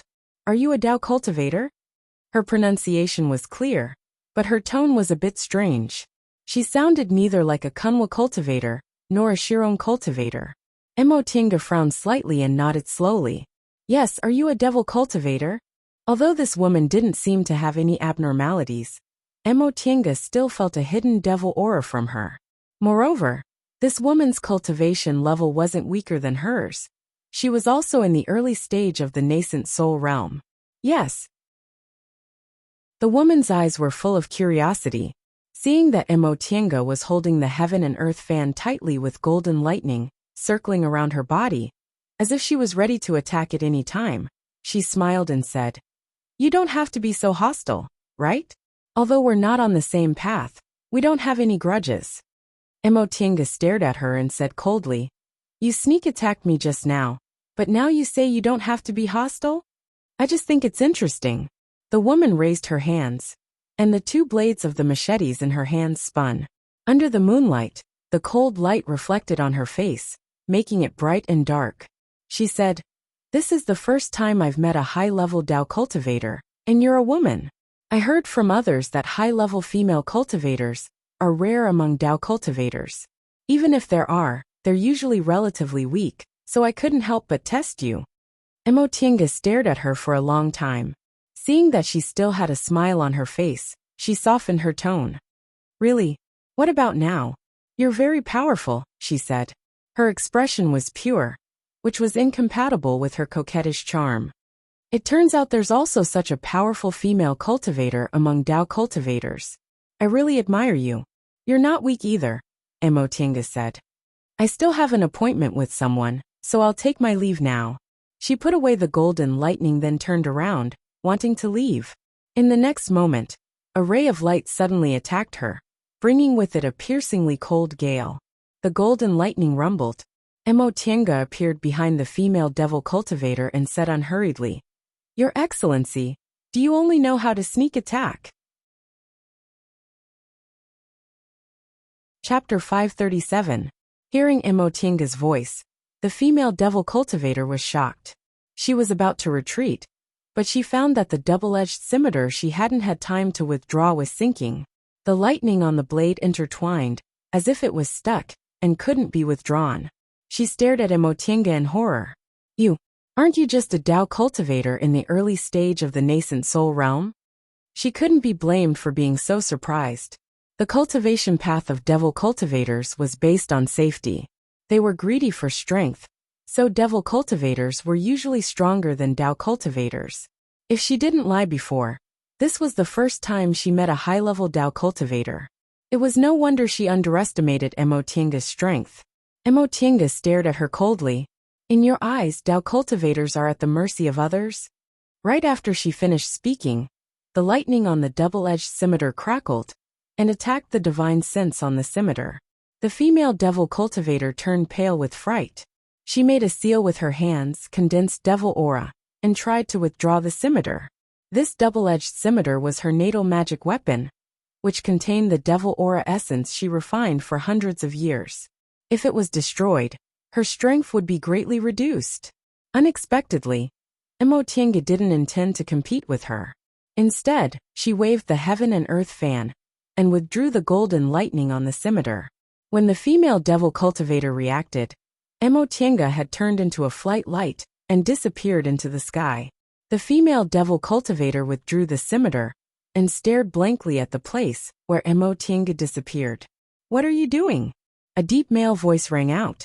A cloud of dark blue smoke gathered in front of her and turned into a tall man with pale blue skin. This man was definitely not a normal human. There was a protrusion on his forehead that looked like a beast's horn, and his hands hidden under his sleeves shone with silver light. The color of his hair and eyes was the same as his skin color, a kind of azure blue that was close to black. This made his cold face look exceptionally handsome. This man was obviously in the early stage of the nascent soul realm, but the female devil cultivator hurriedly bowed to him. "Young master." The man just stared at her coldly and didn't speak for a long time. The female devil cultivator's expression gradually became nervous.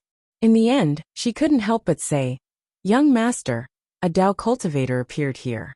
I wanted to kill him first, but I didn't expect you to underestimate his strength." The man glanced at her. He did not deliberately display his might, but every word that came out of his mouth was like a solid block of ice, hard and cold. The female demonic cultivator lowered her head and said in a terrified tone, "I was wrong. Please punish me, young master." "Humph." The man glanced at her coldly. "I'm not your master. Why do you have to do this?" Hearing this, the female demonic cultivator slowly put away the fear on her face and fell silent. As a nascent soul cultivator, she definitely wasn't willing to refer to herself as a servant to a cultivator of the same level. However, she also knew that although the man in front of her was a cultivator of the same level as her, he had enough methods to make her wish for death. "Tell me what happened." The female demonic cultivator raised her head and reported, "I was just about to go in and take a look, but I found a Tao cultivator here, and it was a nascent soul cultivator, so I decided to deal with it." "So you're saying that you don't know this person's background?" "There wasn't much time, so I didn't pursue this matter." The female devil cultivator hesitated for a moment, then said, "However, from the clothes on this female cultivator, she should be a disciple of a large sect. A nascent soul cultivator most likely belongs to a sect." The man's blue eyes stared at the place where Emotienga disappeared. "Since she could easily escape from your hands, this person can't be underestimated. Young master, celestial pole cultivators rarely set foot in this westernmost area, let alone nascent soul cultivators." At this critical moment, a nascent soul cultivator suddenly appeared here. "Should we investigate?" "Didn't you say we didn't have much time?" The man stared at her coldly. "Don't cause trouble. We'll act according to plan." Upon hearing this, the female devil cultivator bit her lip and finally bowed her head. "Yes."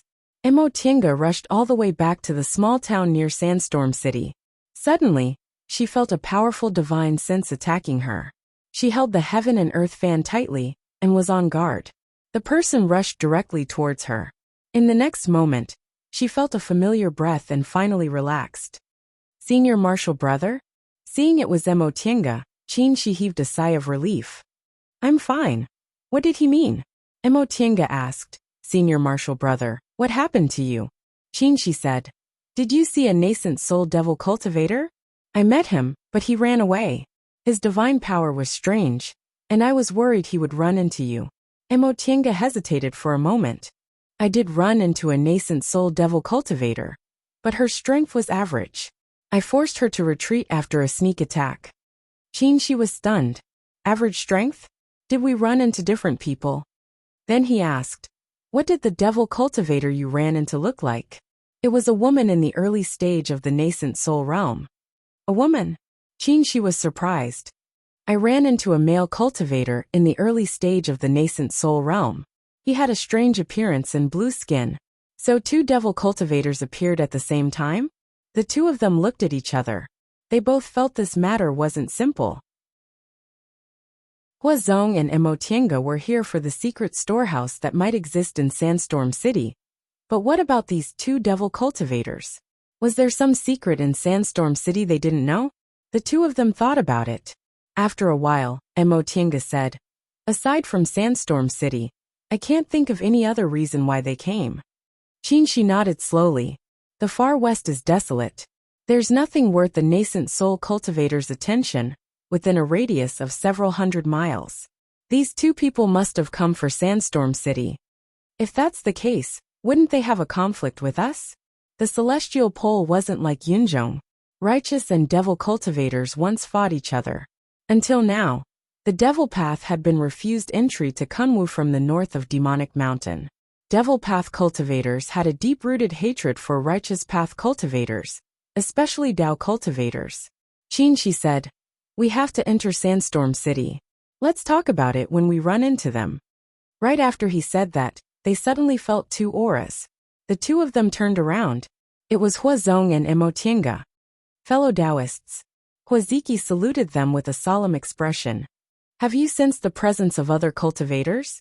Emotienga was surprised. The female devil cultivator who sneak attacked her wasn't very strong, but her breath-concealing technique was extraordinary.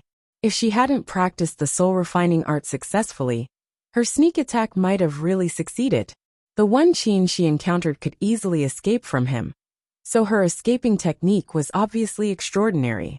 Huaziki and Zhongxi's cultivation levels weren't outstanding, and their strength wasn't top-notch either. But they could actually sense their presence? "To tell you the truth," Qinshi said, "we encountered two devil cultivators just now." "Devil cultivators?" Huaziki was very surprised. How could there be devil cultivators in the far west? "Are you sure they're devil cultivators, and not Kunwu cultivators, who practice devil path cultivation techniques?" Huaziki asked this because there were many cultivators in Kunwu who practiced devil path cultivation techniques. They weren't real devil cultivators. They just coveted the special effects of certain devil path cultivation techniques. Among them, the most famous one was the head Grand Supreme Elder of Tiandao sect, Lu Dingyuan. Qinshi said, "There are only so many nascent soul cultivators in the celestial pole. I've never heard of these two people. In that case, it's very likely that these two people are diabolism cultivators from the north of Demonic Mountain." Huaziki frowned. Now that the Immortal Alliance was hostile to the diabolism, was there something strange about two diabolism cultivators coming here? Emotienga asked. "Fellow Taoists, since you sensed the presence of other cultivators, couldn't you sense they were devil cultivators?" Huaziki smiled shyly and said, "To be honest, the presence of other cultivators here wasn't sensed by fellow Taoist Zong or me. It was my spiritual beast."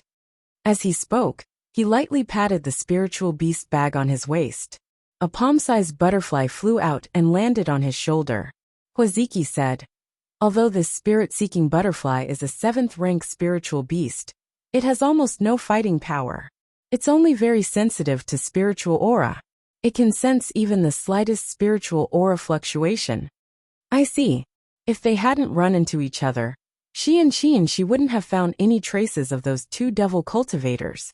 But this spirit-seeking butterfly sensed them." Sure enough, the spiritual beasts of Spiritual Beast sect were extraordinary. If they were used properly, their strength would be greatly improved. "Fellow Taoists, what's going on with you running into devil cultivators? Do you know their origins and why they came here?" Huaziki was a bit nervous. Among nascent soul cultivators, his and Zhongxi's strength was only average. They originally thought this errand wouldn't be dangerous and would be a good opportunity for them. Unexpectedly, after coming to Fengsha City, not only did they run into Qinshi and Zhongxi, but they also found traces of devil cultivators.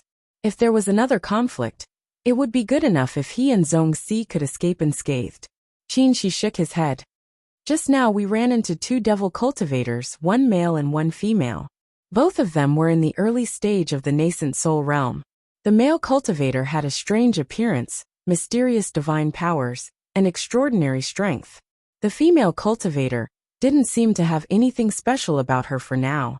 As for what they came here for, we don't know. With fellow Taoist Shojing skills, it should be easy for you to deal with them, right?" Huaziki asked with a hopeful expression. Although Qin Shojing was a junior, his cultivation level and divine powers were much higher than the two of them. It was said that his fire divine powers were superb, and his methods were far superior to cultivators in the same realm. With his cultivation level in the middle stage of the nascent soul realm, it shouldn't be difficult for him to deal with two devil cultivators in the early stage of the nascent soul realm, right? Qinshi paused for a moment before answering. That male cultivator's escaping technique is strange. It won't be easy to kill him, but it shouldn't be a problem for me to protect myself. Upon hearing this, Huaziki relaxed and said with a smile, Fellow Taoist Shoujing, you're too modest. I heard you could escape from Master Songfeng when you were in the core formation realm. Presumably, with your current divine powers, two early-stage cultivators shouldn't be a problem for you. Master Songfeng was powerful, cruel and bloodthirsty. It wouldn't be an exaggeration to say that he was the #1 bully in the celestial pole. People in Kunwu were afraid of him when they heard that Qinshi once escaped from his pursuit. This news became more and more outrageous, especially after Qinshi advanced to the nascent soul realm. In order to set off his genius, the news became more and more exaggerated. In fact, Qinshi was able to escape from Master Songfeng's pursuit because Lord Taoist Jinyang and Lord Taoist Jinghe came to his rescue in time. With their protection, Master Songfeng could only retreat. Otherwise, even Ten Qinshi wouldn't be enough to kill him. Qinshi said, Fellow Taoist Hua, you think too highly of me. I was just lucky. He didn't explain too much. In the cultivation world, modesty wasn't a virtue. Huaziki asked, Where are they now? Did you guys fight? We just met face to face, then they ran away, Qinshi said. We don't know where they went after that. Oh, Huaziki and Zongxi looked at each other then asked. Two devil cultivators suddenly appeared. What do you think? Qinshi smiled and said, My wife and I came here on Master's order to look for someone. If it's unrelated, it's fine.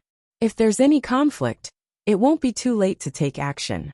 Upon hearing what Qinshi said, Huaziki nodded in agreement. What fellow Taoist Shoujing said makes sense. Tomorrow, we'll go to Fengsha City as planned. Qinshi smiled. All right, see you tomorrow. Chapter 538. In the morning, the desert was extremely cold. The sun that had just risen from the horizon didn't add any warmth to the air. In the cold wind, Emotinga's group of 4 stood above Sandstorm City and looked down. Fellow Taoist Hua, are we going in now? Qinshi asked. Huaziki and the others arrived earlier than them, so they knew more than them.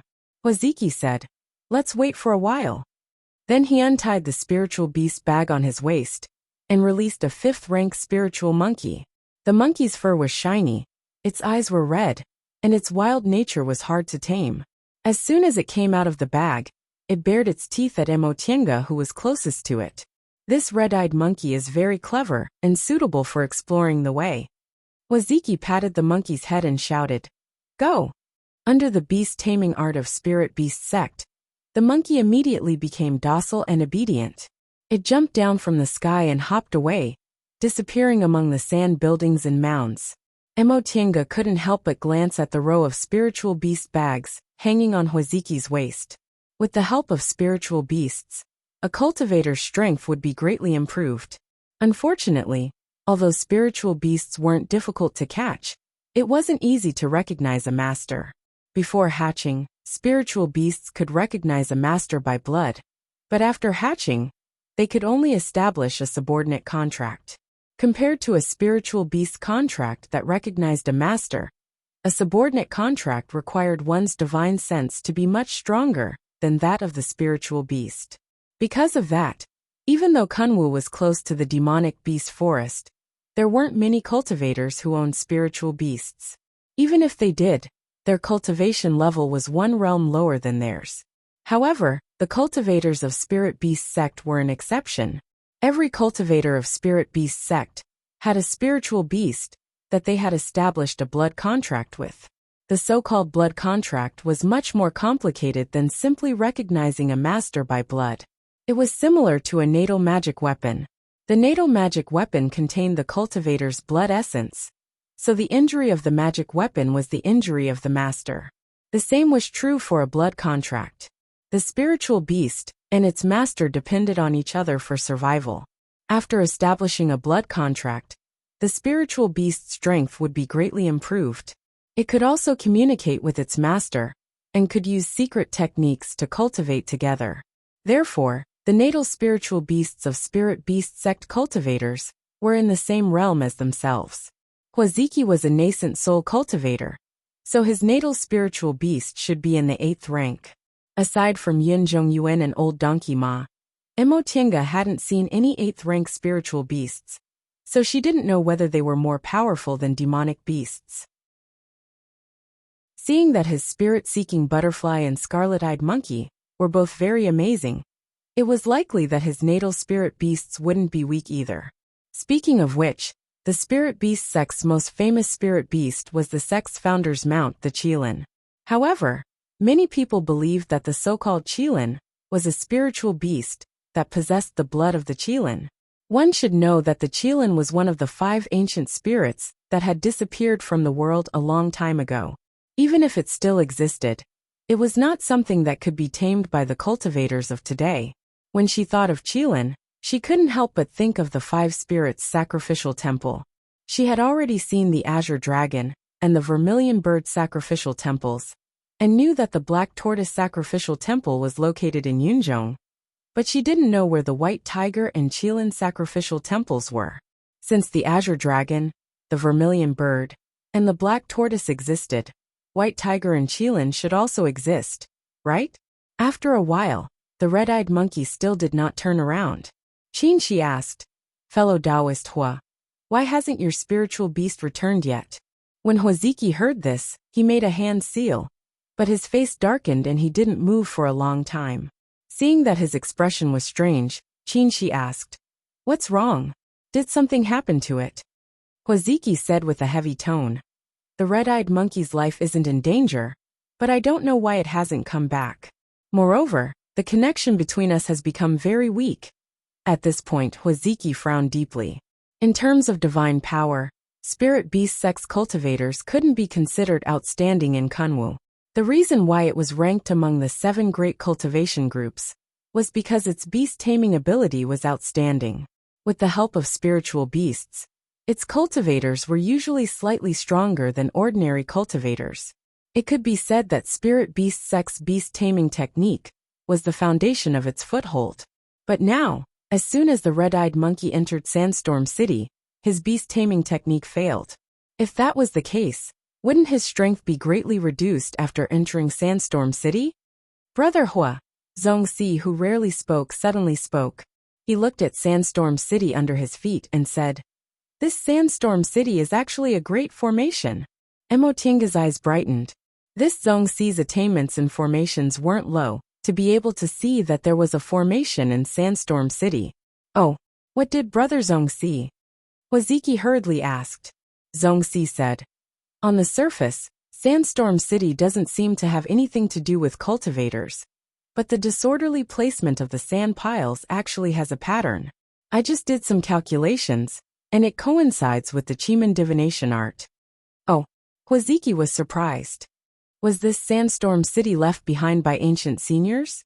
It's hard to say. Zhongxi frowned slightly. Although these sand piles are in line with the Tao of formations, they're very complicated. I can only understand 30 to 40% of them. Moreover, logically speaking, formations lose their effectiveness without spiritual aura. But this great formation is different. There's clearly no spiritual aura inside Sandstorm City, but it's still effective. Is that so? Huaziki was shocked. He was a nascent soul cultivator. Although he didn't know much about formations, he had some general knowledge. He had never heard of a formation still being effective without spiritual aura in the cultivation world. After thinking for a while, he became excited. In that case, this Sandstorm City must be a relic left behind by a powerful ancient figure. He was right. A formation that was set up with great power, just based on the location of the formation. And even a 5th-rank spirit beast got lost in it. This was definitely not something a mortal could do, not even the cultivators of today, unless it was left behind by an ancient or immemorial age cultivator. However, Zhongxi said, "Brother Hua, don't be too happy. We thought this task would be easy, because there aren't any spirit veins in the westernmost area. Even if there are relics, there won't be powerful restrictions. But now it seems that we can't even find the entrance. Hearing this, Hoziki also calmed down. You're right. A spirit beast like the red-eyed monkey is suitable to explore the way because it can see through ordinary illusions. But even it got lost in Sandstorm City, so the formation inside is not trivial. Don't worry too much, Zhongxi said again. At least, we can be sure that this great formation is not a killing formation. Without spiritual aura, spells naturally couldn't be used. Therefore, this great formation that was set up with the help of strange techniques was definitely not a killing formation. Fellow Taoists, Emotinga suddenly said. Without spiritual aura, although we can't set up a killing formation, we have to be on guard against the traps inside. Traps? Hoziki was stunned. The art of mechanisms had been lost for a long time. Even nascent soul cultivators only knew of its name. Yes. Emotinga took out a compass and observed the 5 elements while saying, in the Middle Ages, the art of mechanisms was not lost yet. If Sandstorm City is really a relic left behind by an ancient figure, there might be mechanisms here. Upon seeing her taking out the compass, Zhongxi's eyes brightened.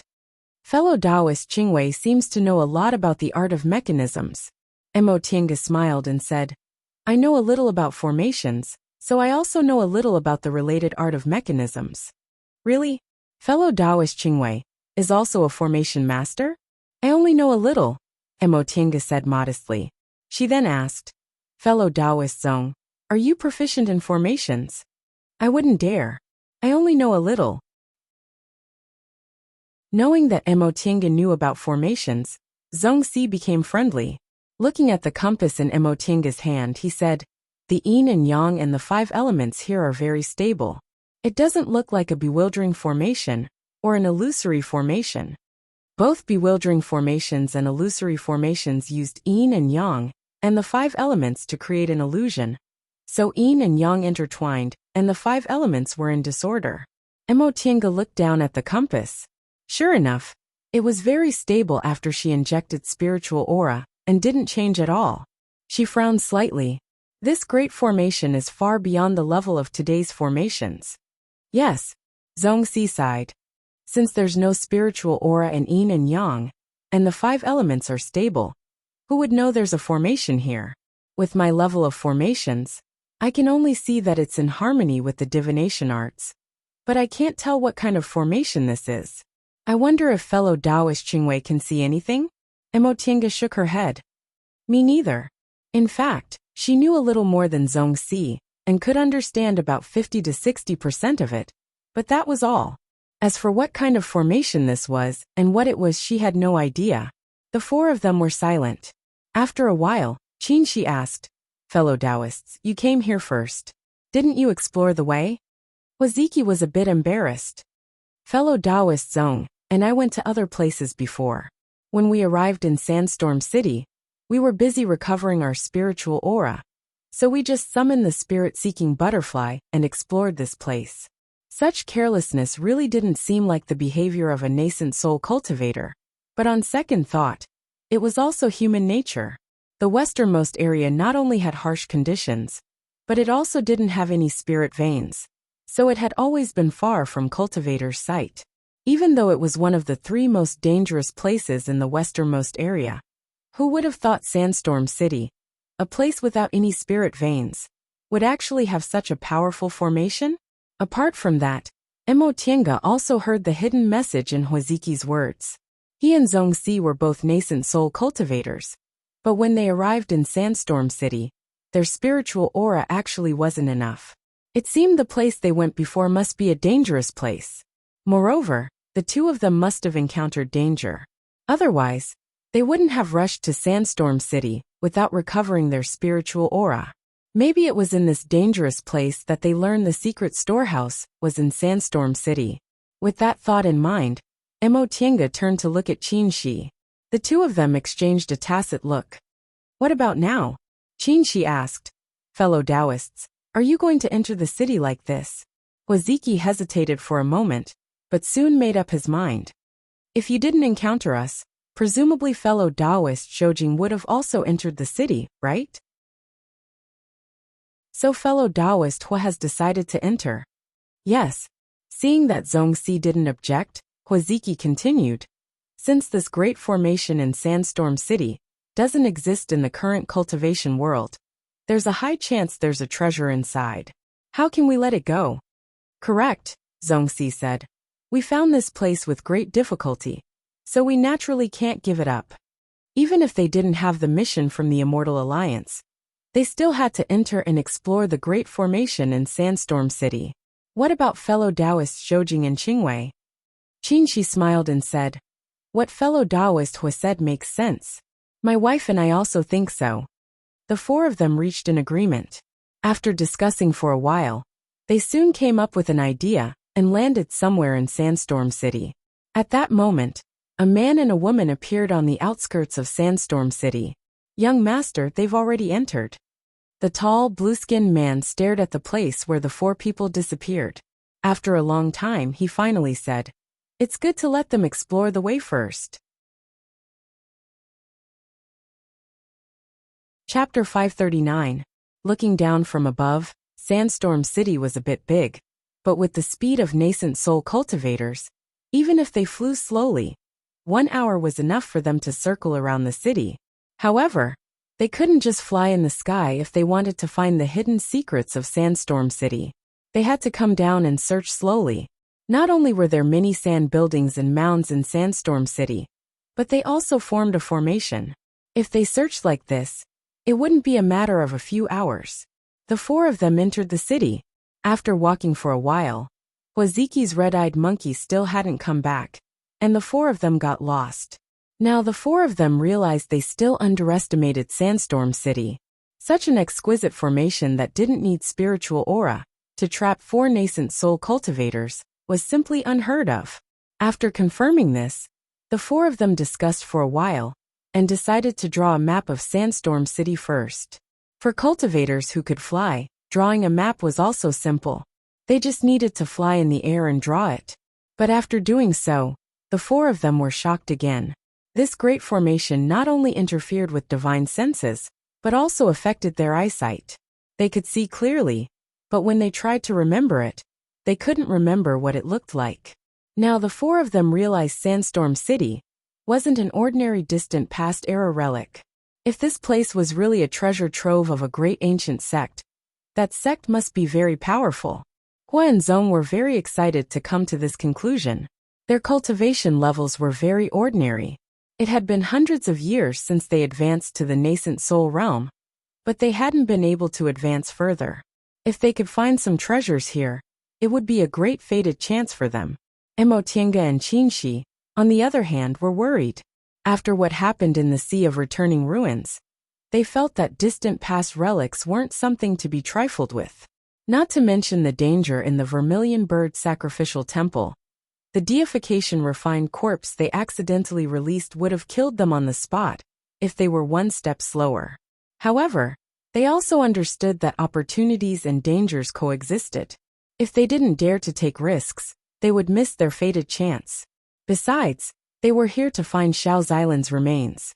As a nascent soul cultivator, the place where Xiao Xilan died must be a dangerous place, so they were mentally prepared. If we can't draw a map, what should we do? Huaziki asked after calming down from his excitement. Qinshi pondered for a while and said, Then we'll take our time. Fellow Taoists, are you in a hurry? Huaziki shook his head. When we handed in the task, we didn't specify a return date. However, Celestial Alliance is facing a huge battle, and it isn't good for them to not return. Then does fellow Hua have any other methods? Huaziki and Zhongxi looked at each other and finally nodded.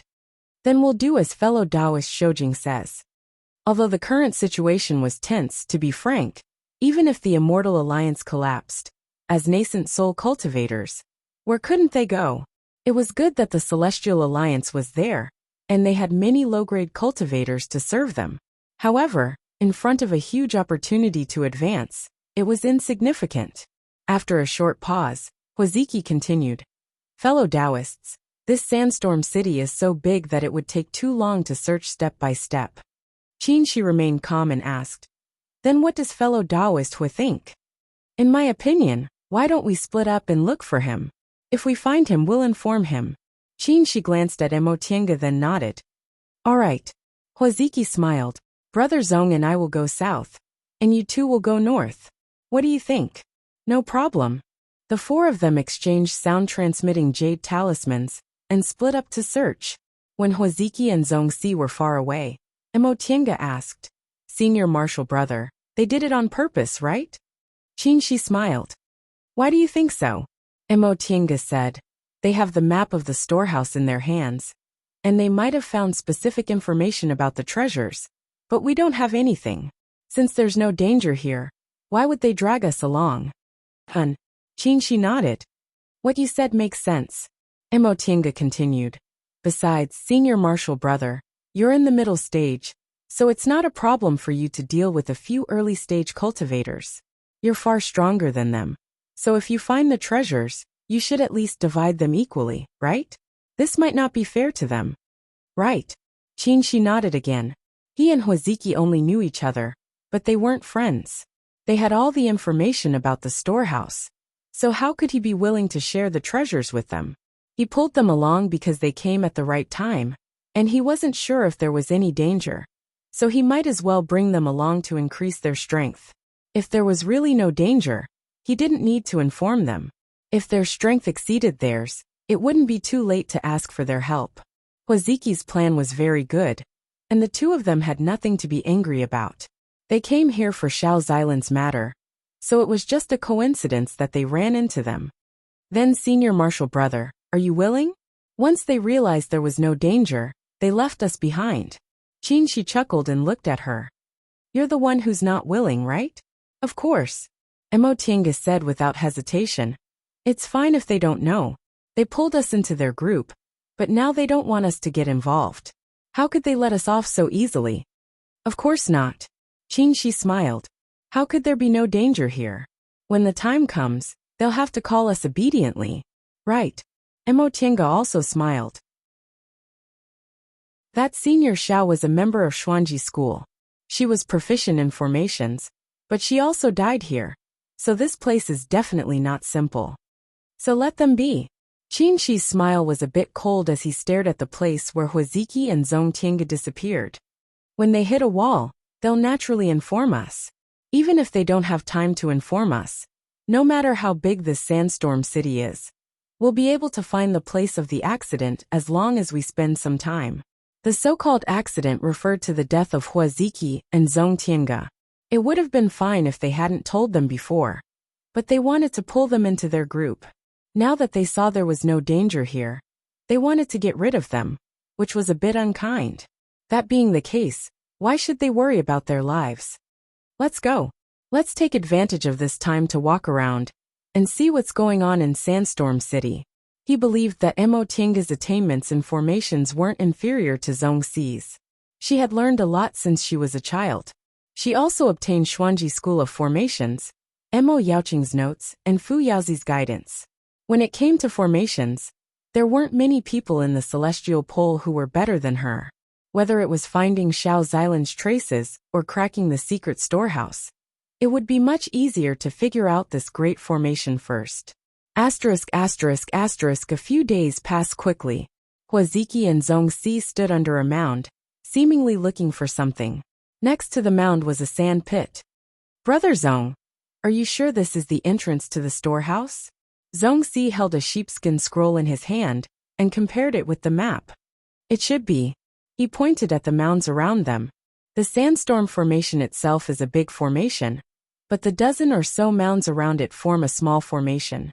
If the map we got is correct, the entrance to the storehouse is at the eye of this small formation, which is this spot. If Emotienga and Qinshi were here, they would find that the sheepskin scroll in Zongxi's hand wasn't the map they took from the beast cultivators. Their previous guess was correct. Huaziki and Zongxi did obtain accurate information about this storehouse from somewhere else, so they planned to fish for some benefits from it. But there doesn't seem to be anything unusual here. Huaziki frowned and looked at the sand pit in front of him. He only knew a little about formations. He couldn't see through the formation Zongxi said was here, and he had no idea where the eye of the formation was. Zhongxi looked pensive and sighed. I can only be sure that the eye of the formation is here. And the entrance should also be here. But I can't see how to enter it for the time being. Then he turned to Huaziki. Brother Hua, this sandstorm city isn't big. If we delay any longer, Qin Shoujing and the others will come looking for us. What should we do? So it'll take a long time to solve this formation. Huaziki understood the meaning behind his words. Zhongxi frowned deeply. I don't know whether we can solve it or not. Is that so? Huaziki thought for a moment and said, You said Mo Qingwei's attainments and formations are good. If we can't solve it, we can only call them over. If that's the case, won't we have to give up the leadership? Zhongxi was worried. Qin Shoujing is in the middle stage of the nascent soul realm. I heard he's very powerful. The two of us together might not be his match. At that time, won't they get all the good things? What if they're cruel and merciless and kill us for the treasures? What should we do? There's nothing we can do, Huaziki said. I know a little about Qin Shoujing's character. It's said that he wholeheartedly seeks the great Tao, and isn't a bloodthirsty person. He's completely different from Qin Jinghe. If not, I wouldn't have invited them to go with us. If it really comes to that, we can let them choose the treasures first. Who told us to be weaker? All right. Zhongxi shook his head, lowered his head, and continued to study the entrance. At that moment, Huaziki suddenly felt a chill on his back. Without thinking, he pulled the spiritual beast bag, and a golden-winged rock flew out. Who? Humph. A cold snort responded to him.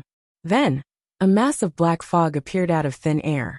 The black fog dispersed, and a man and a woman appeared in front of them. The tall, blue-skinned man stared coldly at the two of them, and raised his right hand.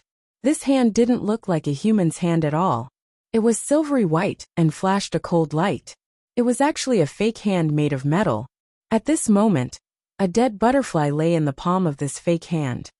Huaziki was furious. Just now, his spirit-seeking butterfly sensed spiritual aura fluctuations. Then it lost track of them. It was actually killed by this man. He was a disciple of the spiritual beast sect, and his spiritual beasts were his companions. Seeing his spiritual beasts killed, he was instantly furious. A long black whip appeared in Huaziki's hand. The golden-winged rock let out a cry and stared fiercely at the two devil cultivators in front of it. Zhongxi also put away the sheepskin scroll. With a wave of her hand, 5 small flags with red, yellow, blue, green, and gold colors appeared in front of her. Who are you? Huaziki asked angrily. Why did you kill my spiritual beasts? The man glanced at them and revealed a mocking smile in his eyes. He said Hong Shao. The woman next to him answered, Yes, young master. Mo Tienga, who was calculating formations, suddenly raised her head and looked in a certain direction. Senior Marshal Brother. To the south of Fengsha City, spiritual aura surged and intertwined. It seemed something had happened. Chapter 540. Huaziki was delighted when he received this task. Now that the Immortal Alliance was at war with the demonic cultivators, and the demonic cultivators, he would inevitably be involved if he stayed in Kunwu. There were only 3 nascent soul cultivators in the spirit beast sect, and he was the one with the lowest cultivation level. Now not only could he legitimately leave Kunwu Mountain and stay away from danger, but he might also get a fated chance and advance in one fell swoop. Coincidentally, Zhongxi, who carried out this task with him, had known him for several years and had a good relationship with him. On the surface, he and Zhongxi didn't seem to have anything in common. One was a nascent soul ancestor of a large sect with tens of thousands of years of history. The other was an elder of a small sect who barely advanced to the nascent soul realm and struggled to maintain his orthodoxy. One was young and had a bright future, while the other was about to die. But in fact, Huaziki felt that their situations weren't too different. He was more than 700 years old, which was half of the lifespan of a nascent soul cultivator. But he was still stuck in the early stage of the nascent soul realm. He couldn't even cultivate to the peak of the early stage, let alone advance. It wasn't easy for cultivators of the spirit beast sect to help their natal spiritual beasts advance. Many seniors with outstanding aptitudes stopped at the early stage of the nascent soul realm. His aptitude was only above average, so his advancement to the nascent soul realm surprised many of his fellow disciples. His aptitude was ordinary, and his cultivation level was stagnant in the past 200 years. Although he was the respected grand elder of the spirit beast sect, in the eyes of the head ancestor, he was no different from the head of the sect who took care of chores. The only difference was that his cultivation level was higher, and he was more presentable. If there were no accidents, he would be stuck in the early stage of the nascent soul realm until he died, just like most nascent soul cultivators. But how could he be willing to give up? As long as there was a chance, he wanted to advance to the middle stage of the nascent soul realm, even at the risk of dying. Zhongxi, who only had 200 to 300 years of lifespan left, was the same as him, or even more eager. Therefore, as soon as they accepted this task, they thought of the same thing. The secret storehouse of an ancient sect was a rare opportunity. In the past, they had to pay a great price to get such information, but now they got a clue for no reason. In the eyes of others, the map was too vague, and it was difficult to find the place where the treasure was hidden. The westernmost area was desolate, and didn't even have a spirit vein, so it wasn't a good task. But he and Zhongxi had other plans. The far west was vast. If they really couldn't find any conclusive clues, then the two of them would just take it as avoiding disaster, and wouldn't suffer any losses. If they found something, then it would be a great opportunity for them. With this in mind, they came to the far west. Unexpectedly this time, the heavens really cared for them. Midway, they stopped at an oasis and accidentally found the place where the ancient cultivator had died. They found a complete map on the ancient cultivator's body. Comparing this map with the incomplete one in their hands, they found that the secret storehouse was in Sandstorm City. Before leaving, the two of them took away all the things in the temporary cave residence. They didn't expect that the ancient senior cultivator's spirit beast bag would preserve a strange insect that had survived until now. Hundreds of flying insects swarmed out and chased after the two of them. After fleeing to the vicinity of Sandstorm City, they finally got rid of the exotic insects. They just stopped at a small town nearby to recover their spiritual aura. When they were about to explore according to the map, they happened to run into Qin Shoujing and Mo Qingwei from Xianqing School. He was jealous of these two people. Or to be precise, there weren't many cultivators in the celestial pole who didn't envy them. Their cultivation path was so smooth that people couldn't help but envy them. They were young, but they already advanced to the nascent soul realm. Qin Shoujing, in particular, had double spiritual roots like him, but he actually succeeded in forming his nascent soul at the age of 200. Moreover, he also advanced to the middle stage of the nascent soul realm early. With a lifespan of 1,000 years left, he might have a chance to advance to the deification realm. If possible, he really didn't want to disclose this matter to them. However, when he remembered that Lord Taoist Xianin from Xianqing School was one of the people who took the map from the beast cultivator, he and Huazong finally decided to pull them into their group. On the other hand, Qin Shoujing's divine power was outstanding. If he joined them, they would have a higher chance of success. After entering Sandstorm City, they found that the great formation inside was only difficult to crack, but didn't have any real danger, so they immediately suggested splitting up. If they could deal with it, they didn't need to share the treasure with these two people. If it was beyond their ability, it wouldn't be too late to send them a message. Even if they were discovered midway, they could use the excuse that they just found the entrance. However, he never expected that just as he and Zhongxi were about to break the formation, the devil cultivator that Qin Shoujing and the others found would actually appear. That blue-skinned male cultivator seemed to look down on them and only ordered his maid to attack. Huaziki was furious, not only because this person killed his spiritual beast, the spirit-seeking butterfly, but also because they looked down on him. Asterisk, asterisk, asterisk, the golden-winged great roc let out a cry. That female devil cultivator named Hong Xiao snorted contemptuously. The strange windmill-like weapon in her hand spun and pounced on the golden-winged great roc. Huaziki sneered and lashed out with the whip in his hand. The whip kept lengthening and coiling towards Hong Xiao. Hong Xiao didn't even look at it. Her figure changed hundreds of times, and she passed through the whip. The double-edged dagger in her hand ruthlessly stabbed at the golden-winged great rock. The golden-winged great rock opened its mouth, and a bolt of lightning struck at Hong Xiao. Lightning spells were the most powerful among all spells, especially since this golden-winged great rock was already in the 8th rank. Unable to dodge, Hong Xiao held the double-edged dagger in the middle and pulled it back into 2 daggers. Then, she crossed her hands and the crossed daggers easily blocked the lightning. Huaziki's expression darkened. He originally thought that since he and Zhongxi were both in the early stage of the nascent soul realm, and these 2 devil cultivators were also in the early stage, they might not necessarily be weaker than them. It wasn't until now that he realized he underestimated devil cultivators. There were almost no real devil cultivators in Kunwu. Even that abnormal master Song Feng wasn't a simple devil cultivator. For tens of thousands of years, devil cultivators had been refused entry to the north of Demonic Mountain, which made them all underestimate their strength. In fact, in terms of one-on-one combat, devil cultivators were stronger than them. It was just that there weren't many devil cultivators, so they were always suppressed. Brother Zong. Huaziki was about to call Zhongxi to help. But when he looked around, he found that Zhongxi was fighting with the devil aura around him. The 5 elements flags and the devil aura were entangled, and Zhongxi couldn't break free.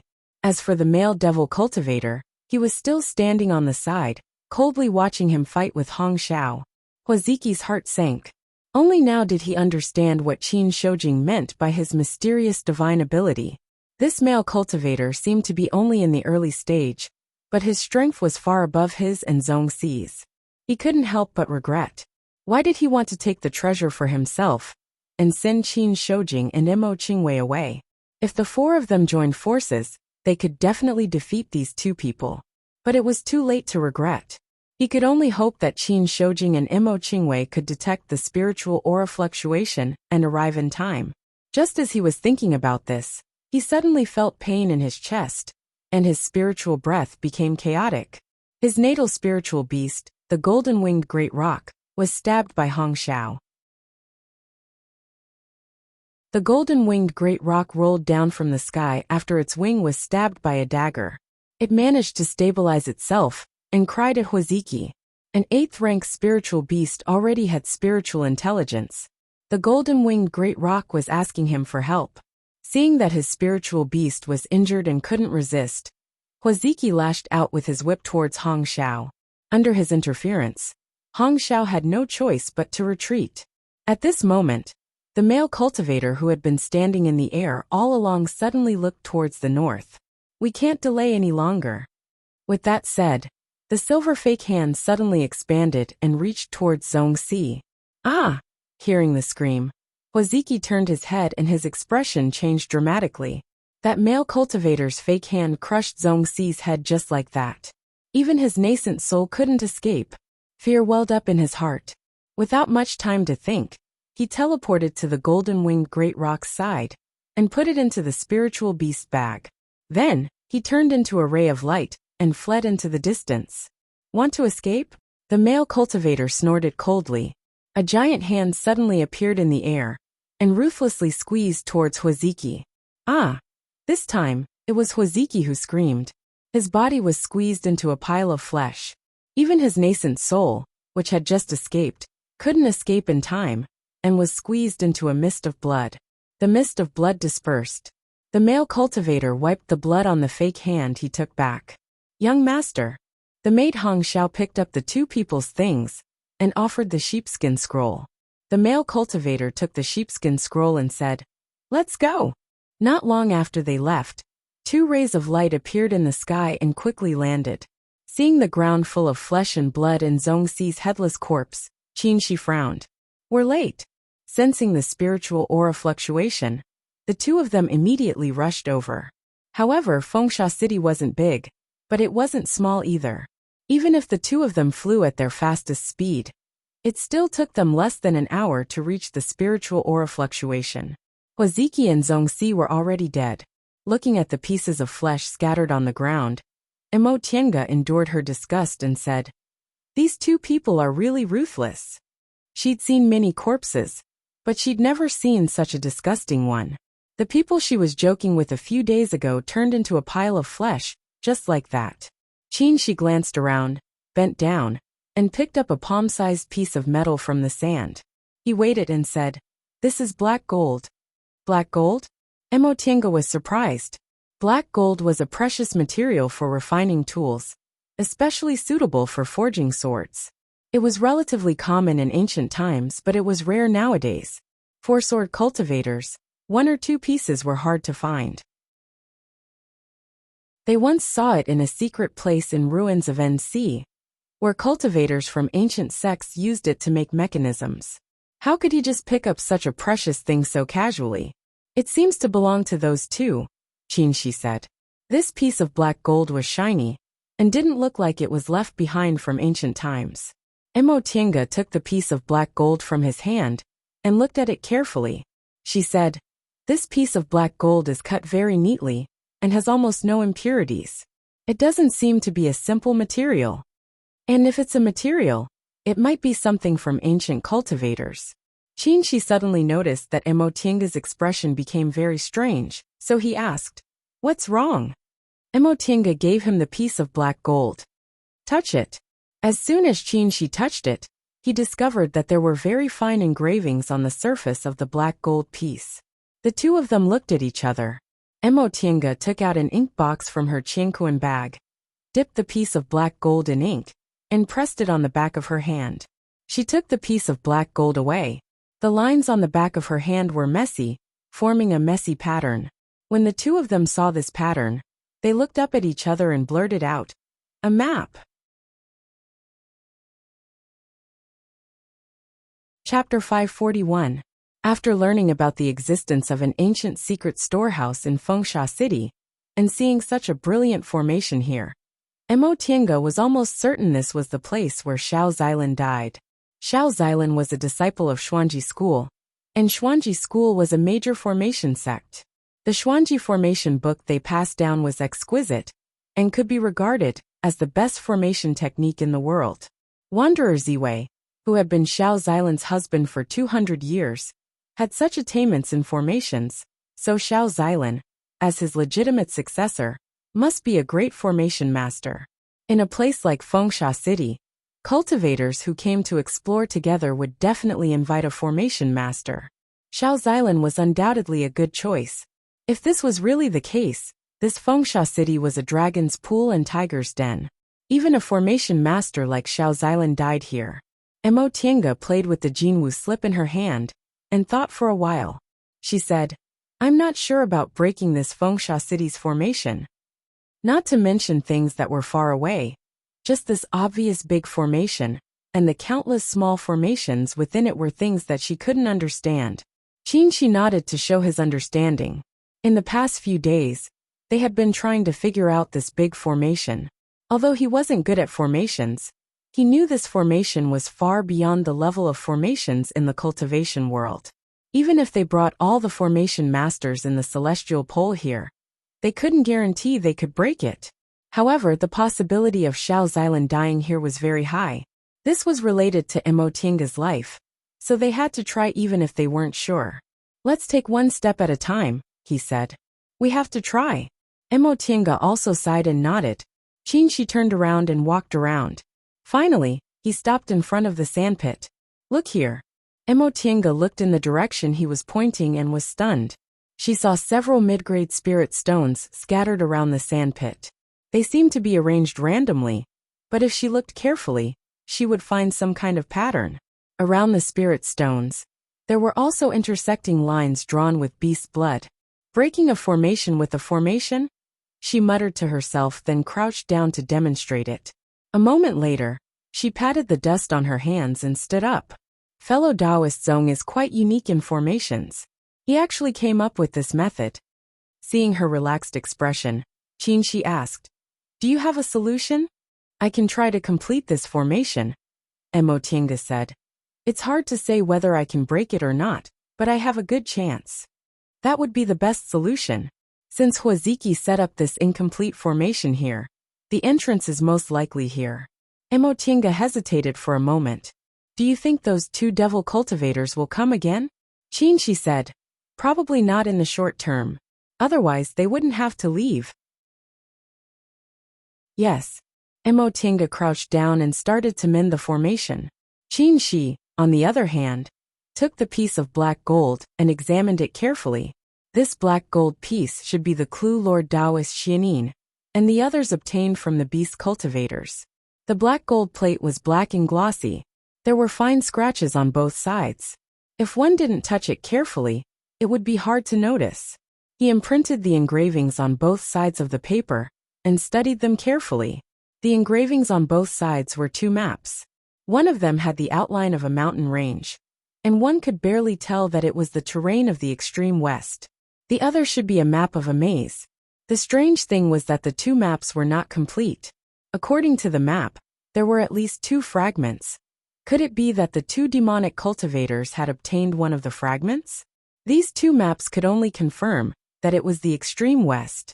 No wonder the Immortal Alliance didn't have too much hope. The extreme west was so vast that the possibility of finding it wasn't high. But how did they know that this map showed the secret storehouse of a big ancient cultivation group? Qinshi held the item and walked around the sandpit while pondering.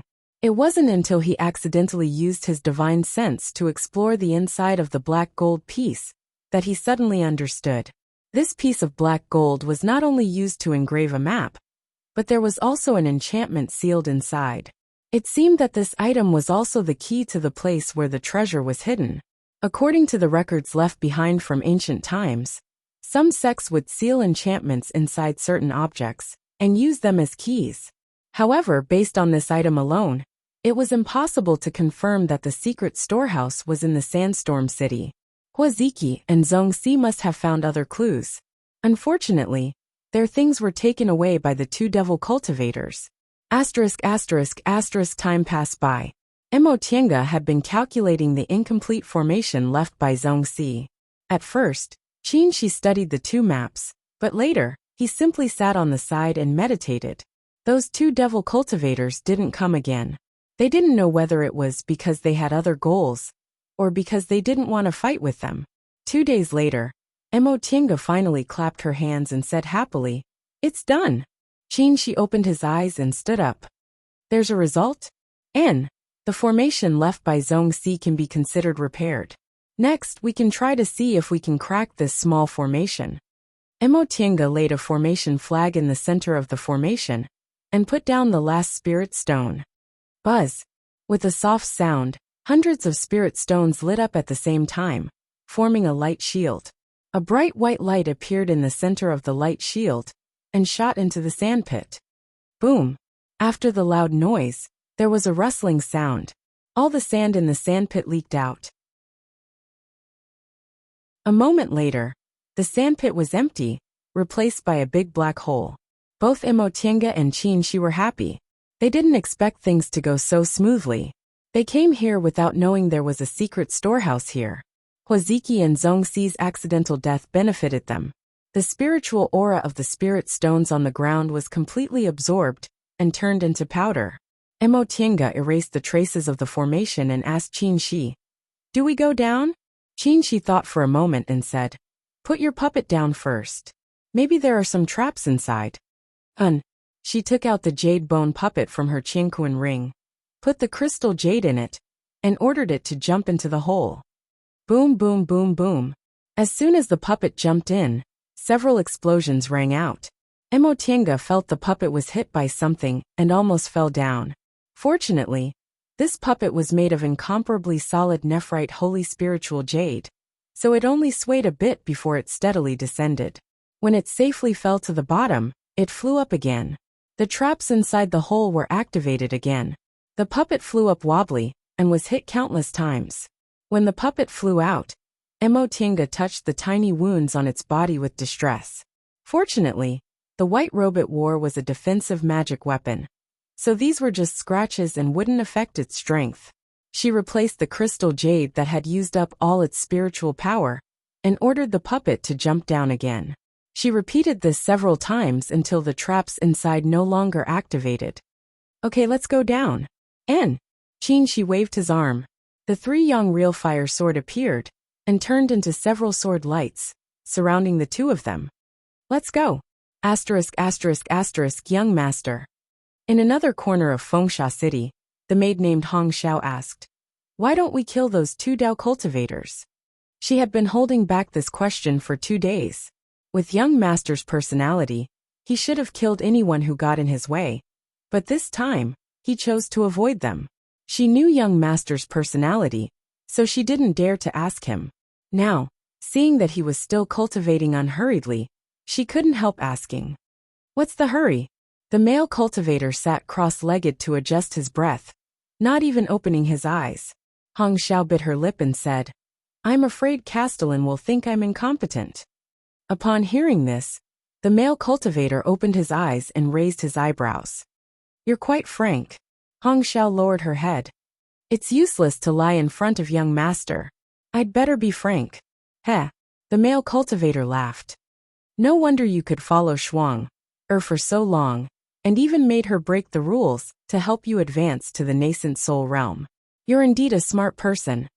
This smart wasn't a praise of her intelligence, but that she knew how to adapt to the situation. Hong Xiao lowered her eyes and felt a bit sad in her heart, but she didn't dare to show any expression and let him see it. She silently thought, although the Castellan's personality was cold, he was a straightforward person. Why was young master so gloomy? This male cultivator seemed to be in a good mood, and explained, "The two Dao cultivators we killed had average strength, so it's fine if we killed them. The other two aren't easy to deal with." Hong Xiao wasn't sure if he was saying that she wasn't strong enough, so she carefully said, "It's all because I'm a burden to young master. It's not your fault. Even if you can win against that female cultivator, I'm not sure I can win against the other person." These words surprised Hong Xiao. Young master's supernatural power is amazing. If it wasn't a late nascent soul cultivator, who could make young master feel troubled? There are many geniuses, but I'm not the only one. The male cultivator had an emotional expression. "I thought that besides the great cultivators, no one in this world could be my opponent. It turns out that I underestimated others." Hong Xiao didn't speak. Now wasn't the time for her to speak. As he sighed, the male cultivator suddenly frowned and sneered. It's another two juniors in the early stage of nascent soul. They're really daring." Hong Xiao also sensed that two people were flying over. The strange thing was that one was a devil cultivator, and the other was a Dao cultivator. It was said that devil cultivators and Dao cultivators in the celestial pole were sworn enemies. So why would a devil and a Dao pair travel together? As she thought about this, the two people got closer and closer, and appeared in their field of vision. Hong Xiao put her hands together, and held her dagger together to guard against other people's attacks. One of the two people was relatively young and expressionless. He wore a green robe, and carried a sword on his back. The other looked like a small old man with thin skin and black clothes. The former was a sword cultivator, while the latter was a devil cultivator. The two people landed in front of them, and the four of them sized each other up warily. A moment later, the black-robed old man seemed to notice something, and was the first to step forward. "Are the two of you from Yunzhong?" The male cultivator raised his eyebrows, and his hostility faded slightly. He looked at them. "You are." The old man grinned and his face wrinkled. He pointed at the male cultivator's waist. "This fellow Taoist's belt has the symbol of Night Owl City embroidered on it." The male cultivator lowered his head, and saw that his outer robe had been slightly blown open by the wind, revealing half a black mark. He couldn't help but look at this old man in a different light. The mark on his belt was very small, and under normal circumstances he wouldn't notice it at all. This old man was really attentive. He softened his tone and said, "Yes, we're indeed from Night Owl City. Who are you? What are you doing here?" The old man said, "This fellow Taoist and I are individual cultivators from Yunzhong. We came here to look for treasures. Are you here to look for treasures?" Although Yunzhong and the Celestial Pole now had connections, this place was thousands of miles away from Yunzhong, and it was also incomparably desolate.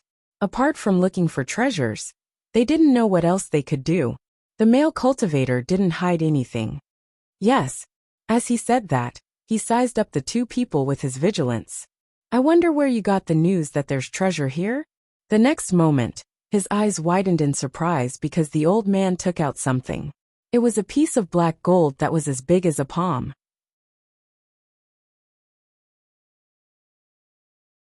Chapter 542. This thing, where did you two get it? The male cultivator asked coldly. The old man laughed. It seems that your excellency also has a piece.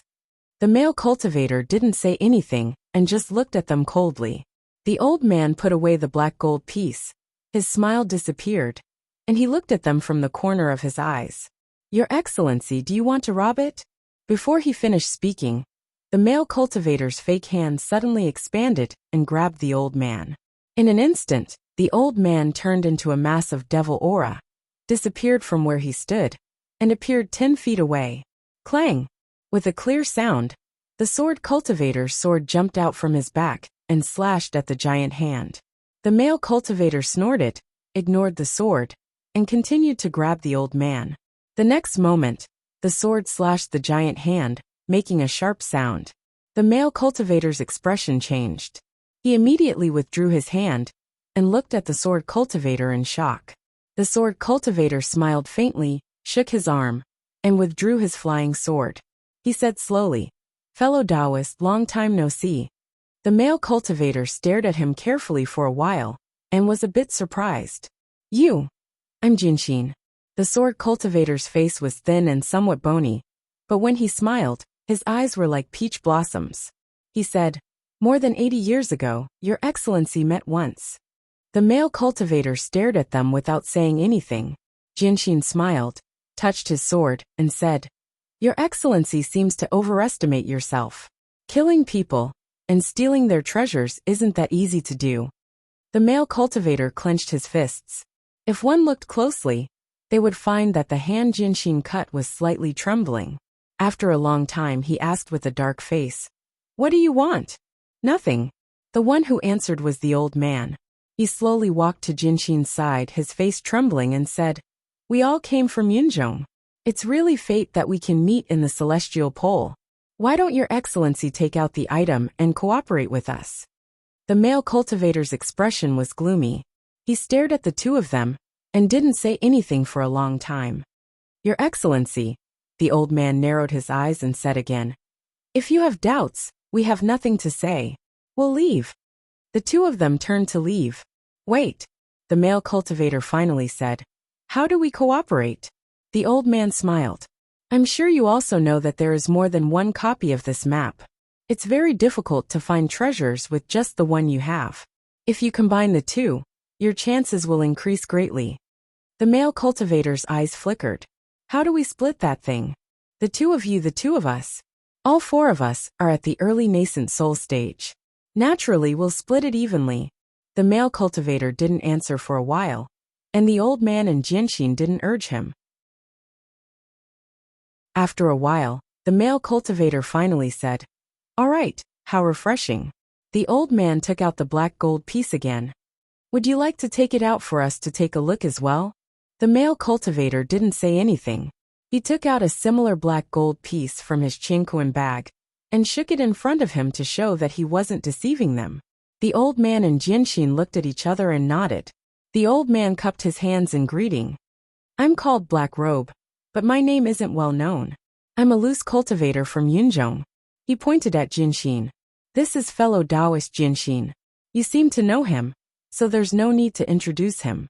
The male cultivator nodded stiffly and said, "My name is Tian Xian, and this is my maid Hong Xiao. We're from Night Owl City. Nascent soul cultivators from Night Owl City. You two have extraordinary identities," Black Robe said with a smile. The cities in Yunzhong's devil domain were different from sections. Under normal circumstances, only the city lord was a nascent soul cultivator. If there were other nascent soul cultivators, most of them were successors, or had an unusual relationship with the city lord. The male cultivator named Tian Xian raised the corner of his mouth, but didn't say anything. He didn't seem to like answering. Black Robe and Jinshin didn't care about it, and began to discuss the details of their cooperation with Tian Xian. Fellow Taoist Tianxian. Wait. Tianxian looked at the two of them and asked, I wonder if you two mind telling me where you got your black gold piece? Black Robe grinned and asked instead of answering. A few months ago, fellow Taoist Tianxian participated in the Cloud Wing City auction, held by the Yuan Province Merchant Union, right? Hearing this, Tianxian's eyes flashed and he answered, that's right. The black gold piece in his hand was the one he bought at that auction. After the world changed, the Yuan Province Merchant Union's branch in Yunzhong took out many treasures to auction in order to raise money and search for the Yuan Province. This black gold piece was one of them. Tianxian stared at the two of them. It seems that you also went to that auction. That's right. If it weren't for that, I wouldn't have known what this black gold piece could be used for. Tianxian narrowed his eyes and didn't understand what he meant. Fellow Taoist Tianxian, you haven't told me where you got your black gold piece. Hee. Black Robe laughed. I'm not as rich as you, fellow Taoist Tianxian. 3 million spirit stones is not enough even with all my assets. Otherwise, I would have used all my savings to buy the black gold piece in your hands. Seeing that Tianxian was a little impatient, Black Robe cut to the chase. I obtained this item by accident a few hundred years ago. I didn't know what it was used for, and didn't take it to heart. It wasn't until a few months ago, when I went to Cloud Wing City to participate in an auction, that I found out that this item was related to an ancient treasure trove. Unfortunately, I didn't have enough assets to buy the black gold piece in your hands. After that, I bribed a steward of the Yuan Province Merchant Union to get the information about the treasure that came with the black gold piece. I see. After confirming that it had nothing to do with the Yuan Province Merchant Union, Tianxian's expression relaxed. If the Yuan Province Merchant Union deliberately sold the item, they would have to look for trouble afterward. Black Robe asked, fellow Taoist Tianxian, you arrived earlier than us. Did you find any clues? Tianxian shook his head. We encountered 4 Taoist cultivators earlier and killed 2 of them. The other 2 were quite strong, so we escaped here and took a rest for the time being. There are others. Black Robe frowned and said, fellow Taoist Tianxian, can you take out the map on the black gold piece and compare it to confirm it? Tianxian pondered for a while, then took out a roll of paper from his bosom. The map is here. Black Robe also took out a piece of animal skin. The two of them stepped forward and compared the map in their hands. They were both stunned. It doesn't match. The two of them stared at each other in surprise. The black gold pieces in their hands were exactly the same in size and style. They didn't expect that the map wouldn't match. You too. Jianxin, who was holding his sword, said, look at this map. The strokes are exactly the same. It should be the same map. Black Robe turned to him. Fellow Taoist Jianxin, what do you mean? Hee. Jianxin raised the sword in his hand and knocked the hilt between the paper and the animal skin. There's a piece missing in the middle, so you can't match. Black Robe and Tianxian thought for a while and nodded in agreement. It seems that those Taoist cultivators should have another piece of the map, Black Robe said, and then asked Tianxian, fellow Taoist Tianxian, are they cultivators of the celestial pole? Yes. Tianxian nodded. This is a bit troublesome. Black Robe touched his beardless chin. The cultivators of the celestial pole may not cooperate with us. Tianxian said. They only have 2 people left, and we have 4. We can just rob them. Why cooperate? Black Robe raised his eyebrows and then smiled. You're right. He paused and asked, since we want to cooperate, what should we do next? Fellow Taoist Tianxian, do you have any opinions? Naturally, we should take the map first. Tianxian was expressionless. We'll have more confidence in finding the treasure when the 3 maps are combined. What fellow Taoist Tianxian said makes sense. Shall we look for those 2 Taoist cultivators first? Yes. Tianxian's eyes flashed and said, this sandstorm city isn't small, and these sand piles are very strange. It won't be easy to find 2 people. Then what do you mean, fellow Taoist Tianxian? Let's split up. Tianxian said. We'll meet up after we find them. Black Robe thought for a while and nodded. Okay. With that, The two sides exchanged communication jade talismans and left separately. After 15 minutes, they couldn't sense the other party's aura anymore. Hong Xiao, who had been silent all this while, asked doubtfully, "Young master, we already know the entrance to the treasure place. Why should we cooperate with them?" Tianxian's face darkened. "These two people are extraordinary. If we don't cooperate with them, are we going to fight them to the death? But didn't they plan to leave at that time? Do you really believe that they'll leave?" Tianxian glanced at her. "Humph. Don't underestimate nascent soul cultivators. If we don't agree at that time, they'll definitely plot against us in secret. Instead of being on guard against their plots, it's better to agree first.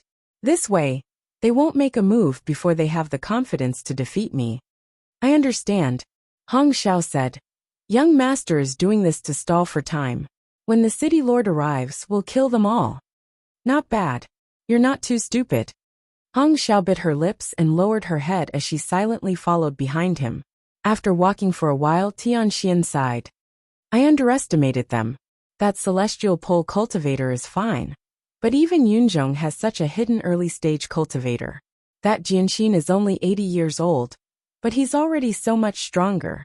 On the other side, Black Robe and Jianxin were having a conversation. "Why should we cooperate with them?" Jianxin frowned and said, "Those two people are from Night Owl City.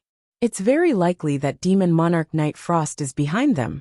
When she arrives, how can we fight against a late-stage nascent soul cultivator? At that time, we'll have to obediently hand over the map in our hands. We might even lose our lives." "You think I didn't think of that?" Black Robe's voice changed. "They want to stall for time, which means that Demon Monarch Night Frost won't arrive in a short time. I know where the entrance to the treasure place is. Why don't we follow their wishes and stall for time?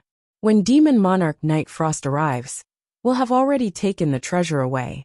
Isn't that wonderful?" Jianxin thought about it carefully. It was indeed the case. Tianxian's strength was extraordinary, and he had an early-stage nascent soul maidservant by his side. Instead of fighting to the point where both sides were injured, it was better to use tricks. Even if Demon Monarch Night Frost came, with only 1/3 of the map in their hands, it wouldn't be easy to find the entrance in a short time, right?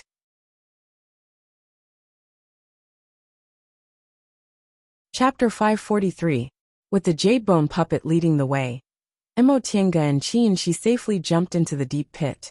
Emotienga waved her sleeves back and forth, sweeping away the dust caused by the activation of the mechanism. She then took out the Heaven and Earth fan, and relied on the Mother Moonstone at the tail of the fan to illuminate the place. She was a little surprised. She had seen the map, and thought that there would be an underground city below. She didn't expect that it was just an ordinary stone path. Qin waved his sleeves. A wisp of sword light separated from his body, and moved forward along the stone path. The stone path was clearly illuminated by the sword light, but the surface of the rocks were glowing red, as if magma had suddenly solidified. Emotienga looked up. The hole above her was very far away, and there was only a glimmer of light. It was not strange for there to be magma in such a deep place. What was strange was how the magma had solidified into rocks. She touched the surface of the rock and said, "This should have been created by a cultivator with a profound cultivation level using a divine ability." "Is that so?" Emotienga also touched the rocks. She discovered that the surface of these rocks was ice cold, and didn't have the slightest heat. From the looks of it, these rocks were originally magma. There was a powerful cultivator, who caused the temperature of this place to suddenly drop, condensing all of it into rocks, creating this underground passage.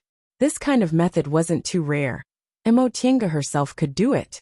However, maintaining it for hundreds of thousands of years was not the ability of a nascent soul cultivator.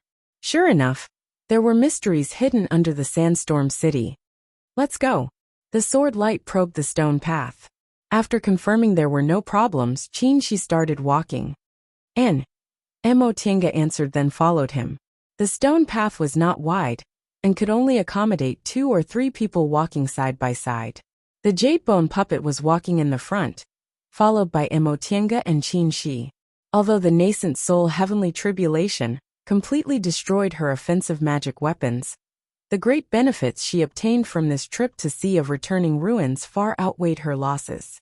The Jade Bone Puppet, the Cosmos Ring, the Great Heavenly Thunder Technique, and the mini crystals and high-grade spirit stones were far more valuable than a few ordinary magical treasures.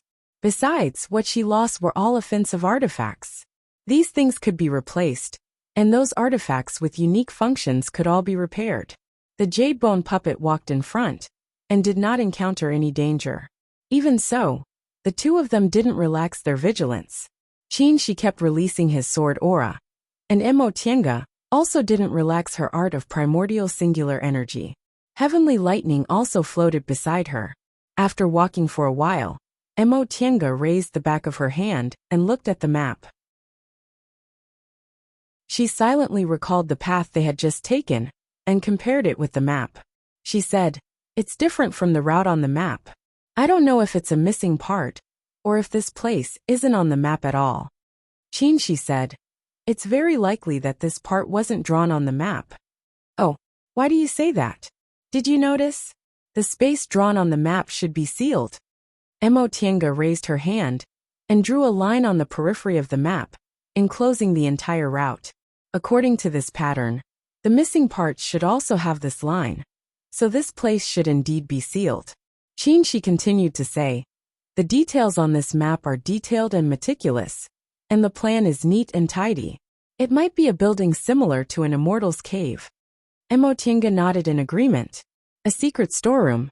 Since it was a secret, it had to prevent others from discovering it. The storeroom was used to store items, so it needed special protection. This stone passage should lead to the outer part of the secret warehouse. In that case, we can only explore this part of the road by ourselves. She paused for a moment, then asked, "Have you ever wondered why such a map would appear?" Tienga was puzzled, not understanding what he meant. She said, "As far as I know, only the people in charge of the sect know about the secret storeroom. For example, in our Xianqing school, only senior martial brother Xinjiang knows the location of the secret storeroom. Other people, including the sect head in charge of the storeroom, also don't know. This is the case in every cultivation group. There are no exceptions." Upon hearing what he said, a thought flashed in Tienga's mind. What if senior martial brother Xinjiang suddenly died and couldn't tell us the location of the secret storeroom in time? She smiled and pointed at the piece of black gold in her hand. "So, I think this thing should be used to prevent that kind of situation from happening." Tienga thought for a while and said, "Such an important thing shouldn't be casually leaked, right?" "Logically speaking," she said. "As far as I know, there are also copies of the map of Xianqing School's secret storeroom in the hands of several people, including our master. If Lord Taoist Xinjiang died unexpectedly, then Lord Taoist Jinghe would be the person with the highest cultivation level in Xianqing School. So it was very reasonable for him to have one of the maps. So this piece of black gold should also be like this. It's divided into several parts, and in the hands of several people. If something happens to the person in charge, they have to combine them into one, find the exact location of the storeroom, and pass it on. So, what he said was very reasonable, but how could it help their current situation? She continued, "So as long as we reach the storeroom marked on the map, we'll be very safe. However, in order to prevent things from falling into other people's hands, the road outside must be very difficult. It's even possible that they'll set up a deadly trap and inform the younger generation of how to crack it. In this way, the secret storeroom had several layers of protection. The map was divided into several parts. If there was a problem with the sect's inheritance, the map couldn't be combined to obtain the treasure. The method to crack it would be passed on separately to prevent outsiders from obtaining the map and taking away the things in the storeroom. As for the complete restriction sealed inside the black gold piece, it might be a precaution. If the sect encountered a major crisis, and the map wasn't completely passed on, they could use this thing to obtain the treasure. However, at that time, without the complete map, they would have to search for the treasure by fumbling around. Whether they could find it or not would depend on their gamble. In this way, if it was just a power struggle, the cultivators of those big cultivation groups didn't have to pay such a huge price to find the secret storeroom. If the sect encountered a crisis, the secret storeroom would be the sect's last hope. For them, finding this place already saved them a lot of time and effort. What they had to overcome was the danger on this road. In this case, there was still a problem. Senior Marshal Brother, Emotinga thought for a moment, then said, "If this cultivation group is very strong, and the person in charge has a very high cultivation level, or even is about to ascend, doesn't that mean we can't crack this road with our strength?" Qinshi smiled. "Did you forget? There are no spirit veins here, so the restrictions and formations they laid are probably ineffective." Emotinga said, "But what if they're good at mechanisms? Even if they're mechanisms, their power can't always remain the same, right?" Emotinga thought for a moment. Mechanisms could indeed be preserved for a very long time. The mechanisms in the Sea of Returning Ruins were proof. However, with the passage of time, the mechanisms were likely to become loose. Although they could still function, their power would decrease. Moreover, mechanisms relied on materials. Mechanisms that could be preserved for such a long time needed extremely precious materials, so they couldn't be made without limit. With this thought, her confidence in this trip increased greatly. Moreover, she thought of another aspect. Wanderer Ziwei knows mechanisms, so presumably, Senior Xiao Xilan also knows mechanisms. If she really came here, the mechanisms in front must have been cracked. Moreover, she was confident that her mechanical technique was much stronger than Xiao Xilan's. Even in the profound secret sect, the mechanical technique that was passed down was just the tip of the iceberg. The inheritance that she obtained from the returning ruins, Sea's secret land, was the true ancient mechanical technique. Things went as they expected. Along the way, there was no danger. Many of the restrictions and formations had lost their effectiveness. Even if they hadn't lost their effectiveness, they didn't have much power. As for mechanisms, there were indeed mechanisms, but most of them had been destroyed. Because of this, the two of them were even more certain that someone must have been here. And it was very likely Xiao Xilan's group. Half a day later, the two of them walked through the outermost stone passage, and suddenly saw a wide open space. Emotinga looked around. The place in front of them looked more like an immortal's cave. The wide stone passage was wide enough for 10 people to walk side by side. The ground was covered with neat and tidy bluish-gray stone slabs. The surrounding stone walls were embedded with many colorful gems for illumination. These gems weren't like moonlight stones, which only had the function of illumination. At the same time, they were also rare materials. Although they weren't enough to make nascent soul cultivators fight over them, if all of them were collected, they would be an amazing fortune. If they were ordinary treasure hunters, coming here and taking away the gems could be considered a worthwhile trip. However, this wasn't their goal. Looking at the whole stone passage filled with gems, Emotinga and Qinshi's eyes were filled with amazement, but they didn't have any greed. What amazed them was that although these gems weren't rare treasures, ordinary people couldn't collect so many of them.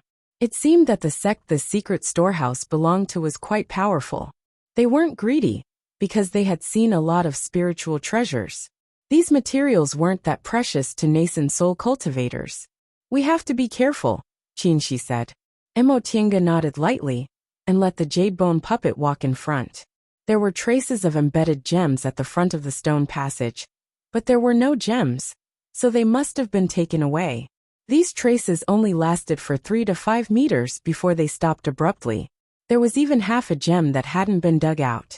It was very likely that something happened when they dug it out. Therefore, this part of the road might be dangerous. Following behind the puppet, the two of them stepped on the stone slabs and slowly walked forward. After walking for 3 to 5 meters, the puppet stepped on a stone slab. Suddenly, the ground shook slightly, and the slab under its feet turned over. The two of them were very cautious and immediately retreated. At the same time, Emotinga controlled the jade bone puppet to fly in the air.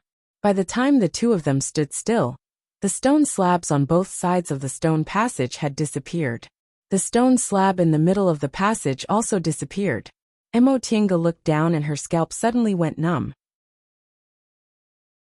Underground fire was burning under this stone passage, and between the fire, there were densely packed fire ants crawling all over it. This kind of fire ant fed on fire, and was born with spiritual aura. One wasn't that powerful. Even a small aura refining cultivator could kill them. But if there were thousands of them, even a nascent soul cultivator might not be able to deal with them. The two of them protected their bodies with spiritual aura, and held magic weapons in their hands, ready to fight.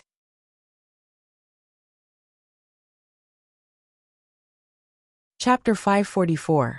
Countless fire ants rushed up like a tide, bringing with them a gush of blazing fire spiritual aura. The earth fire here wasn't the highest grade of extreme young real fire, but it wasn't too bad either. Emotinga thought that there was no spiritual aura on the ground of Fengsha City, so she didn't expect there to be spiritual fire deep underground. There must be a spirit vein here, but it was small and deep underground, so there was no spiritual aura on the ground. Buzz! With a buzzing sound, Qinshi's 3 young real fire sword turned into countless small swords, and attacked the fire ants. Wherever the swords went, the fire ants retreated one after another. Emotinga made a hand seal. Then her whole body flashed with lightning, and she also rushed forward. Among all kinds of spells, fire was the most destructive, and lightning was the most powerful. With 1 fire and 1 lightning, most of the fire ants were killed in no time. The two of them walked on the stone slab in the middle and slowly walked forward. They fought as they walked. 2 hours later, the two of them crossed the stone path and arrived at a stone room. As soon as the two of them stepped into the stone room, they heard the sound of chi-chi. The stone slabs that had been flipped over had all been flipped over, and the fire ants had disappeared. Seeing this, Emotinga sighed. It can still recover after it's activated. This mechanism is really amazing. Qinshi didn't answer. He stared at the stone path for a long time without moving. Seeing this, Emotinga pulled his sleeve. Senior Marshal Brother? Qinshi regained his composure and said, "Did you notice that as soon as the mechanism was activated, spiritual aura leaked out? There's spiritual fire here, so there's naturally a spirit vein. Since there's a spirit vein, the restrictions here are probably still intact." Emotinga had thought of this before, but she wasn't worried. It doesn't matter. The spiritual aura on the Spirit Mountain in Returning Ruins Sea is so abundant that the restrictions are still weakened. This is just a small spirit vein. Even if the restrictions are still intact, they should be easy to break. Qinshi thought about it and nodded in agreement. The two of them rested for a while, and were about to start again, when they suddenly heard rustling sounds behind them. They turned around, and saw the stone slab was turned over again. Emotinga was surprised. What's going on? They already passed the stone path. Why was the mechanism activated again? Someone's coming. Qinshi's divine sense had already detected other people's breaths. They're both in the early stage of the nascent soul realm. Could it be that those 2 devil cultivators have already arrived? No, that's not right. 1 Taoist and 1 demon, not those 2. The two of them looked at each other in confusion. There were only 2 Taoist cultivators in Huaziki. Huaziki and Zhongxi were already dead. How could there still be Taoist cultivators? Could it be that people from the Sandstorm City had come again? 1 Tao and 1 devil? Emotinga was bewildered. Could it be that the male cultivator brought someone else here? Those 2 demonic cultivators were obviously not as strong as them. Maybe the male cultivator had found some helpers. The far west was so far away, but they found helpers so quickly. Could it be that their partners were behind them? It's all right. Upon seeing Emotinga's questioning gaze, Qinshi shook his head lightly. As long as they're in the early stage of the nascent soul realm, they're probably not my match. With the vermilion bird bow, he was now able to go toe-to-toe with late-stage cultivators. No matter how powerful early-stage cultivators were, there was no way they could match late-stage cultivators. For example, Jing Xingji was a sword cultivator who practiced ancient secret techniques. He could be said to be a top-notch existence among early-stage cultivators, but he was only a bit stronger than ordinary middle-stage cultivators. He was far from being a match for late-stage cultivators. Seeing how confident he was, Emotinga didn't say anything. She thought for a moment then said, "These two people not only killed Huiziki and Zhongxi, but they also found their way here. Could it be that their goal is also this secret storehouse? It's very likely. One secret storehouse is already enough in Sandstorm City. It's impossible for there to be too many secret places." After a pause, he suddenly thought of something and said, "If they really came for the secret storehouse, I'm afraid they also have a map." Understanding the meaning behind his words, Emotinga said, "Should we wait here and rob them?" Qinshi smiled. "That'll save us a lot of trouble." Emotinga thought about it and also smiled. "All right. They attacked first, so they can't blame us." Qinshi glanced around and didn't find any danger, so he found a corner and sat on the ground. "Let's recover our spiritual aura first, then we'll strike first." Emotinga also looked around and chose a place. She let the puppet hold the Fuxing sword and lay an ambush on the side. Then she arranged a spirit-concealing formation and also sat down. This stone path was very long. The divine sense of early-stage cultivators couldn't spread to this far, so those two people probably hadn't found them yet. For hours later, the sound of spells being cast came closer and closer. Emotinga opened her eyes and saw that Qinshi had stopped adjusting his breath and was listening attentively. When he saw her opening her eyes, he raised his index finger and signaled her to be quiet. To avoid alerting the enemy, they didn't use their divine senses to monitor the situation. At that moment, they only heard the sound of spells being cast getting closer and closer, mixed with the sound of light footsteps. "These two people have extraordinary strength," Qinshi said through his divine sense. "They came here in such a short time. Although the fire ants were not strong, they could fly and crawl. There was no end to them. They were very troublesome. The two of them walked for more than 2 hours. The two of them only took a little longer than them." Emotinga listened for a while then said, "It seems there's a sword cultivator." The sound of sword aura was the clearest and sharpest, so she most likely didn't mishear it. Qinshi frowned slightly. "Be more careful." By the time he finished speaking, the two men had already arrived. The moment he stepped into the stone room, the mechanism closed again, with a series of creaking sounds. "Phew!" Someone gasped and was about to speak when a sword light suddenly swept over silently. He was so shocked that he swallowed his words. Clang! That person used his flying sword to block Qinshi's sword aura. Their sword chi clashed, and when they looked at each other, they were both shocked. "You!" At the same time, the puppet lying in ambush raised the Fuxing sword and slashed down. Boom! The other person moved even faster, and a ball of demonic chi assaulted the puppet, forcing it back several steps. Emotinga took a step forward, holding the heaven and earth fan. Just as she was about to make a move, she was also stunned. The nascent soul battle, which was on the verge of breaking out, suddenly stopped. The four people stared at each other, without speaking for a long time. Cough. Finally someone coughed. "Qin Shoujing, you're really haunting me. Why do I run into you everywhere I go?" Qinshi waved his sleeve, withdrew his sword aura, and instead of answering he asked, "Why did you return to the celestial pole?" Sword cultivator Jinshin, who was also Jing Xingji, wiped his face, revealing his true appearance. He put his sword back into its sheath and curled his lips. "Whether I return to the celestial pole or not, what does it have to do with you? Then it's also none of your business that I'm here." After not seeing each other for 3 years, Jing Xingji was so depressed that he wanted to bang his head against the wall. "Can you two talk properly?" Emotinga withdrew her puppet, turned to Jing Xingji, and asked the same question. "Fellow Taoist Jing, why did you return to the celestial pole?"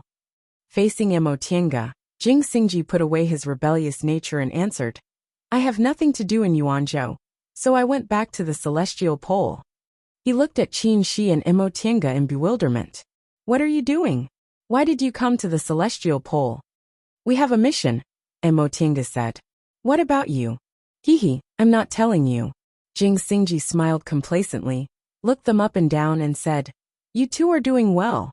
Your cultivation levels have improved again. You're doing well too."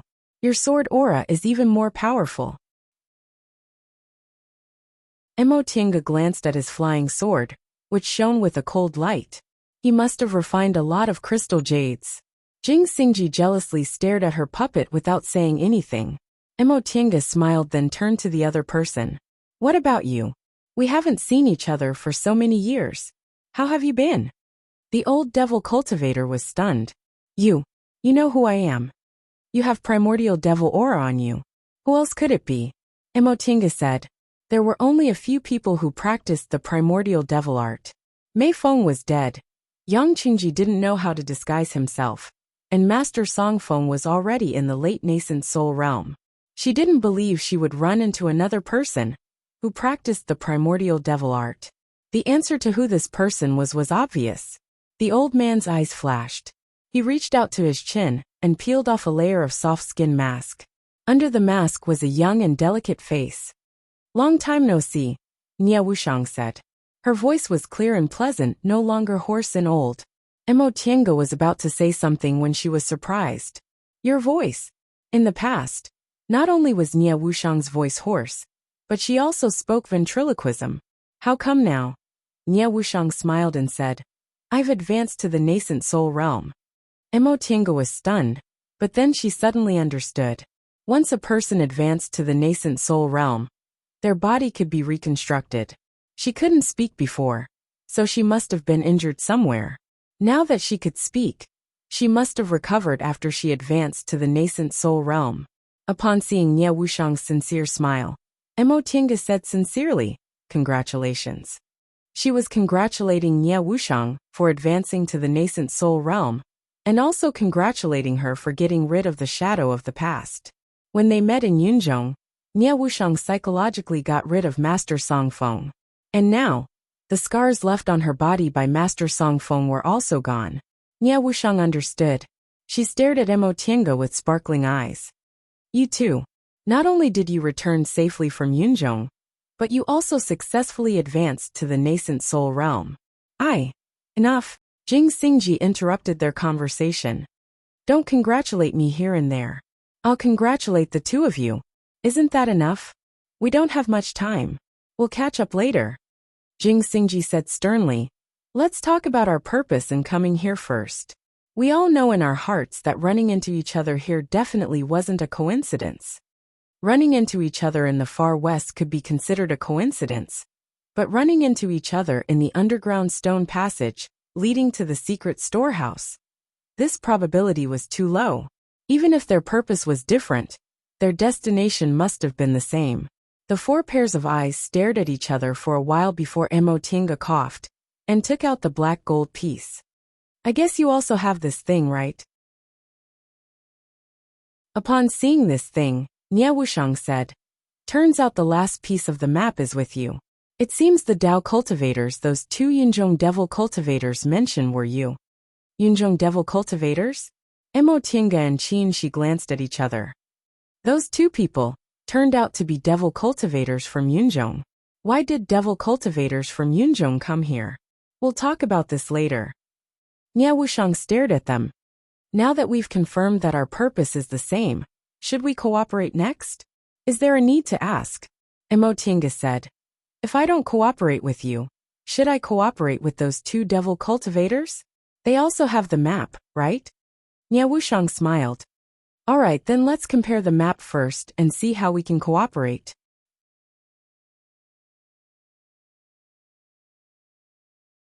Chapter 545. The two of them took out a pair of maps. Sure enough, they were connected together except for the bottom piece. Two pieces are missing one piece. What about the remaining map? Jing Xingji asked. Mo Tiange glanced at him. If you want to snatch it, just say it. We all know what kind of person you are, so you don't need to pretend. Jing Xingji coughed and said, It might not be appropriate to snatch it now.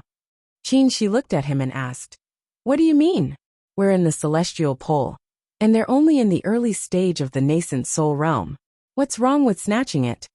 It wouldn't be a problem if there were only two of them, but we speculate that they're probably followed by a cultivator in the late stage of the nascent soul realm. A cultivator in the late stage of the nascent soul realm. Emo Tiange and Qin Shi looked at each other in surprise. What's their background? They're from Nighthawk City, Nie Wushang answered. Nighthawk City? Emo Tiange thought for a moment. Is it Devil Monarch Night Frost? It's just a guess, Nie Wushang said. You've been in Yunzhong for a long time, so you should know that there's usually only one nascent soul cultivator in a devil city. She didn't finish, but Emo Tiange already knew what she was implying. Yes, it seems these two people have an unusual relationship with Devil Monarch Night Frost. Nie Wushang continued. So we think Devil Monarch Night Frost is probably following them for such an important matter. A secret storehouse was a temptation even cultivators in the late stage of the nascent soul realm couldn't refuse. If they weren't acting on their own, Devil Monarch Night Frost would definitely come. Qin Shi nodded and looked at Jing Xingji. So, do you think if we snatch their map now, we won't have a chance to turn back when Devil Monarch Night Frost comes? If you're sure you can defeat a cultivator in the late stage of the nascent soul realm, forget what I said. Jing Xingji shrugged and said very straightforwardly. Qin Shi didn't answer immediately. Instead, he pondered for a while and said slowly, I can fight a cultivator in the late stage of the nascent soul realm, but I might not be able to win. Protecting myself shouldn't be a problem. What if they disregard everything and risk their lives to kill us? Jing Xingji asked again. After a moment of silence, Qin Shi said faintly, That'll depend on your own luck. Not to mention anything else, great cultivators in the late nascent soul realm had been stuck in the nascent soul realm for hundreds or even thousands of years. Their natal magic weapons and unique divine abilities had been nourished and cultivated for countless years. The advantages accumulated over such a long period of time were no small matter. Even though Qin Shi was known as a genius and had many fated chances, he still wasn't their match. After all, which cultivator who cultivated to the late nascent soul stage was not a genius? Who didn't have fortuitous encounters? Qin Shi glanced at him. What do you mean by that? Jing Xingji rubbed his nose and said, I'm just suggesting a possibility.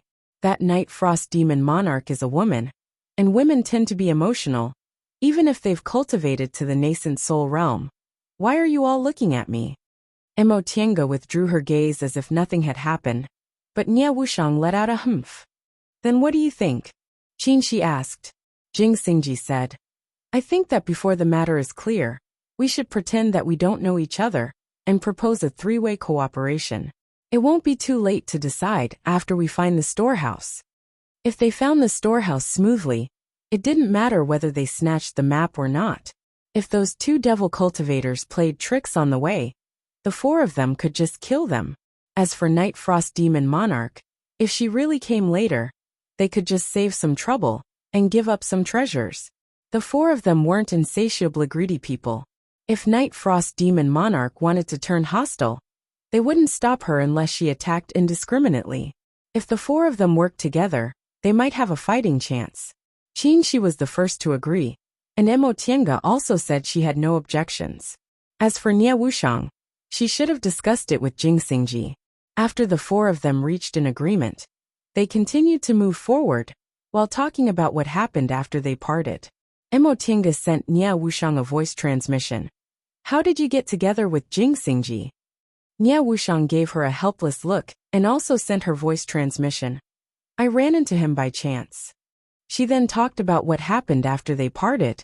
When they parted in Guifang City, Emo Tiange traveled in Yunzhong, while Nie Wushang concentrated on refining primordial devil aura. The primordial devil aura she swallowed was Mei Feng's preparation to directly advance from the early stage to the late stage. Although it wasn't complete, the energy it contained couldn't be underestimated. It was enough for her to advance from the core formation realm to the nascent soul realm. After Emo Tiange left, she entered closed-door meditation for more than 40 years and advanced to the nascent soul realm in one fell swoop. Emo Tiange did some calculations. Nie Wushang advanced to the nascent soul realm only a few years after she formed her nascent soul. Nie Wushang didn't hear about what happened in the Sea of Returning Ruins until she came out of closed-door meditation. This was a major event in the cultivation world of Yunzhong. It was related to most of the nascent soul cultivators in Yunzhong and various big forces.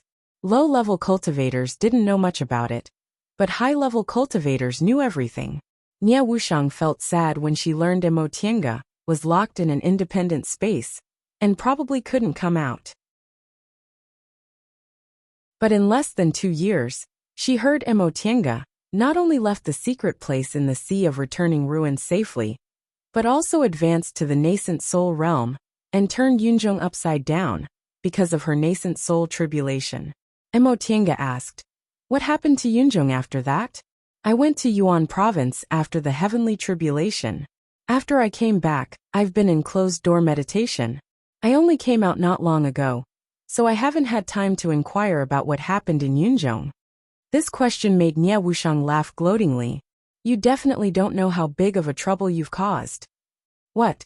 Mo Tiange didn't understand. Her nascent soul tribulation only destroyed most of the sea beasts in that area of the sea, but it didn't matter to Yunzhong. There were many demonic beasts in the Sea of Returning Ruins. Nie Wuxiang said. After the heavenly tribulation that day, it triggered cracks and tsunamis.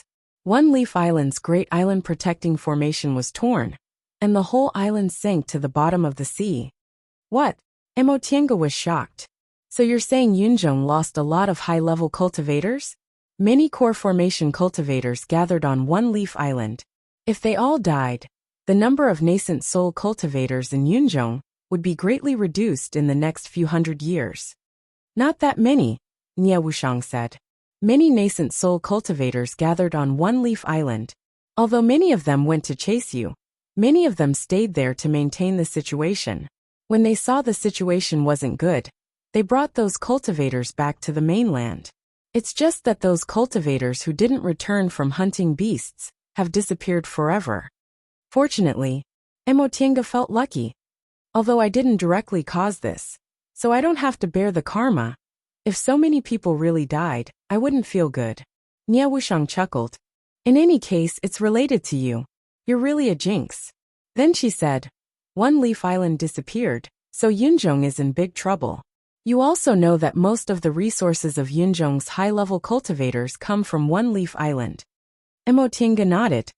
In that case, Yunzhong hasn't been very good these past few years. Yes. Nie Wuxiang shook her head.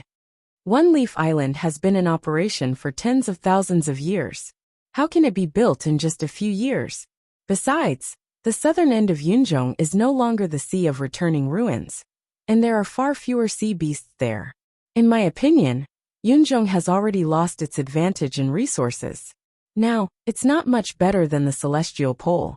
Speaking of spiritual lands, the Celestial Pole also had a lot of them, but they lacked the resources of the sea compared to Yunzhong. Now that Yunzhong lost One Leaf Island and was no longer connected to the Sea of Returning Ruins, it no longer had an advantage. Mo Tiange looked a little happy. If that's the case, the Celestial Pole and Yunzhong won't have to worry about being suppressed if we join forces. Nie Wuxiang looked calm. Who's stronger or weaker has nothing to do with me. The only person related to her in the Celestial Pole was Master Song Feng, but he was a shadow in her life, and Yunzhong had nothing to do with her. Seeing her expression, Mo Tiange sighed inwardly and changed the topic. You haven't told me how you met Jing Xingji. Nie Wuxiang showed a bitter smile and answered. Later, the world changed and Yunzhong and the Celestial Pole became connected, so I returned to the Celestial Pole. Who would have thought that as soon as I arrived at Tiandao sect, I would run into this guy? She glanced at Jing Xingji. I see. Mo Tiange nodded. Then why did you come here? Nie Wuxiang lowered her head and fiddled with the black gold piece in her hand. After a long time she finally said, I stole this thing from my master.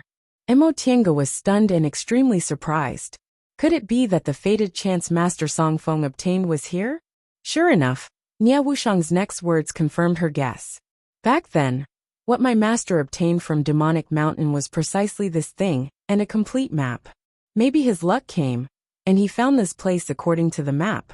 The restrictions in this place had already been cracked, so he found his way inside without any mishaps, and obtained the primordial devil great art.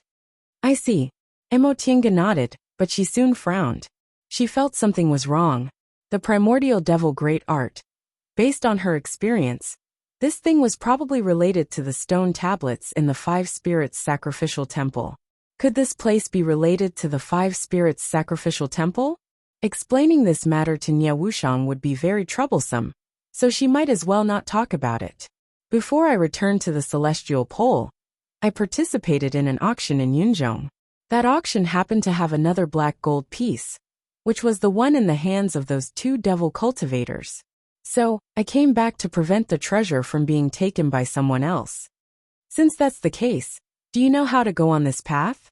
Nie Wuxiang shook her head and said, I came here with my master when I was young, but I was too young at that time and couldn't remember clearly. Besides, I only stole this black gold piece. My master always carried the complete map with him, so I didn't get it. For so many years, Nie Wuxiang had been concentrating on cultivating and hadn't earned any spirit stones. She must have stolen one of Master Songfeng's Qianquan bags. So, you came here to look for treasures? Nie Wuxiang nodded, then shook her head. Looking for treasures is incidental. The main reason is for cultivation techniques. Cultivation techniques? Mo Tiange was confused. Aren't you practicing the primordial devil great art? Yes, but the primordial devil great art I have isn't complete. Nie Wuxiang sighed. The primordial devil great art was comprehended by my master, but he didn't remember the part after the nascent soul realm. So you had to come here sooner or later. Nie Wuxiang glanced at Jing Xingji, then curled her lips. I'm all alone and weak. I just happened to run into this guy, so I made a deal with him.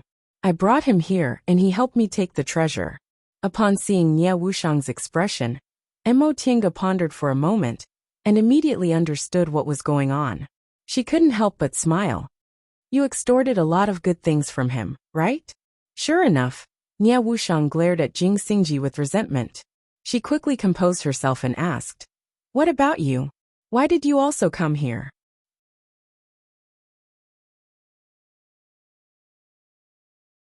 Chapter 546. Along the way, as Nie Wuxiang said, most of the restrictions and traps were cracked, leaving only a few behind. Including the fire ant traps in front, they weren't too powerful. A foundation-building cultivator with good luck and sufficient preparation might be able to break through. The great art of primordial devil and the secret storehouse. Mo Tiange thought mockingly. Sure enough, the heavens couldn't distinguish between good and bad people. Master Song Feng obtained a fated chance.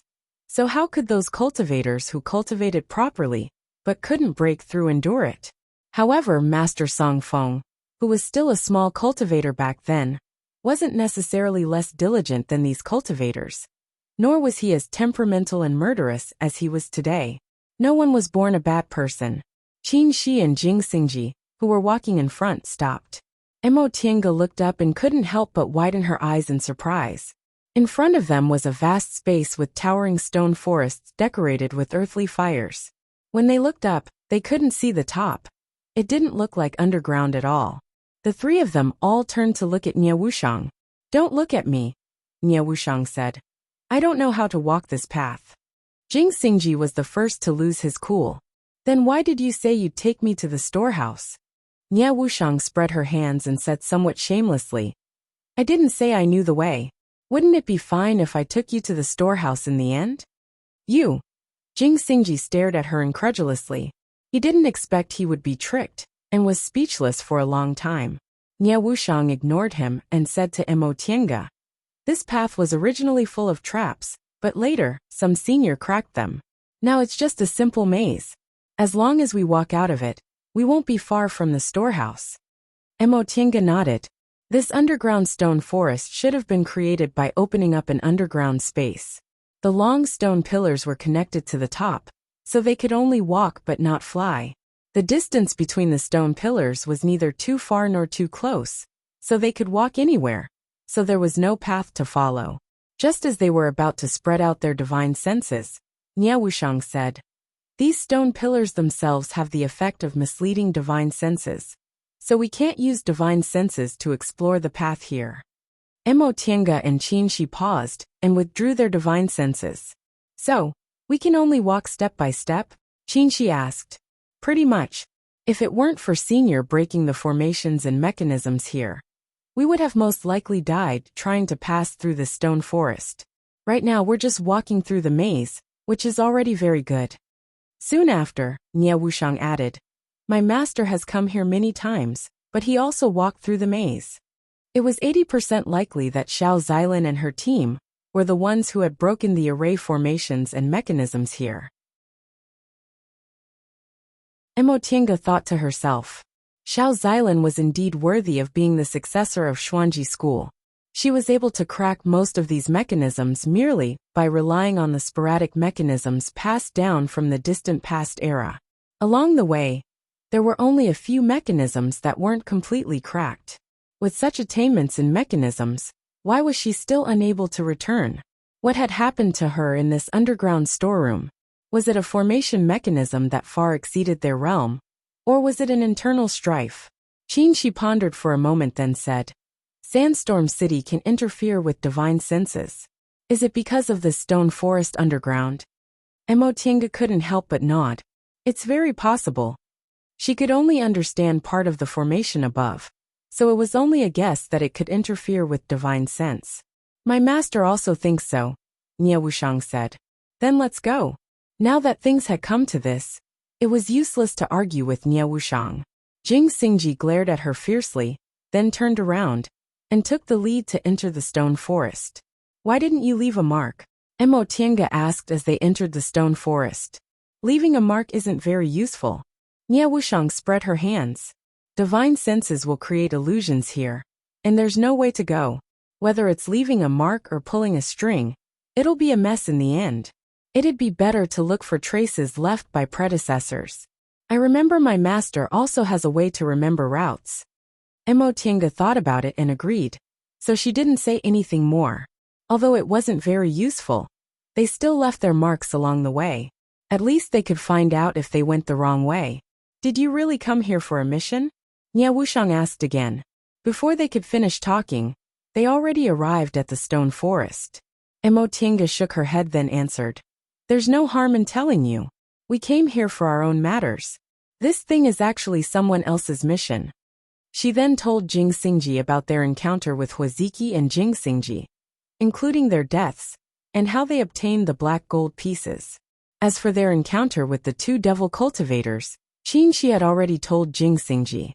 In the end, Mo Tiange said, now it seems that Senior Xiao Xilin probably died here. That being the case, let's explore the way and finish this mission. Really? Nie Wushang cast a sidelong glance at her with a faint smile.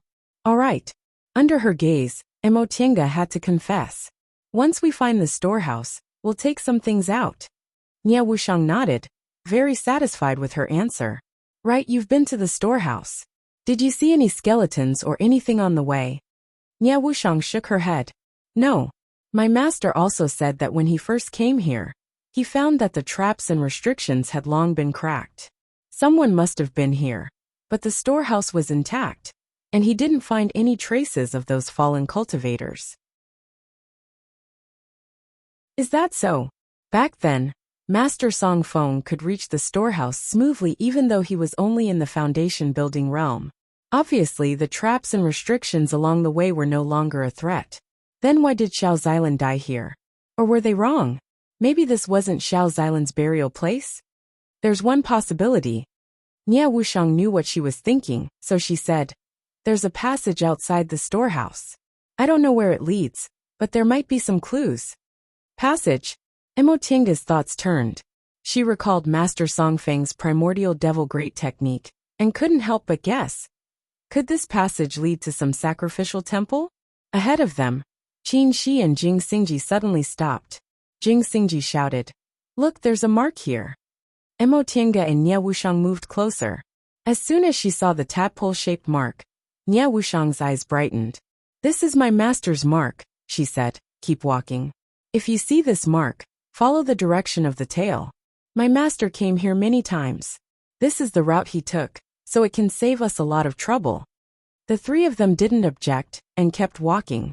The stone pillars were densely packed and extended in all directions. Often after walking for a while, They couldn't find the mark anymore. However, Master Songfeng's route was a lot of repetitive, so they often walked around and saw another route. The four of them went back and forth. After spending several hours, they finally came out of the maze safely. Mo Tiange looked at the magnificent underground stone forest and couldn't help but sigh. I really don't know what kind of divine power the ancient cultivators had. They could actually open up such a wonderful underground world. Nie Wuxiang nodded. If those people were trapped in the maze, we'd save a lot of trouble. At that time, we just need to take the treasures and go out. There's no need to fight over them. Treasures couldn't be taken casually in this underground storehouse. Otherwise, Master Songfeng would have emptied the storehouse long ago after coming here so many times. Therefore, Nie Wuxiang felt that there wouldn't be any conflict, as long as she could get what she wanted, if she entered the storehouse at the same time to look for treasures.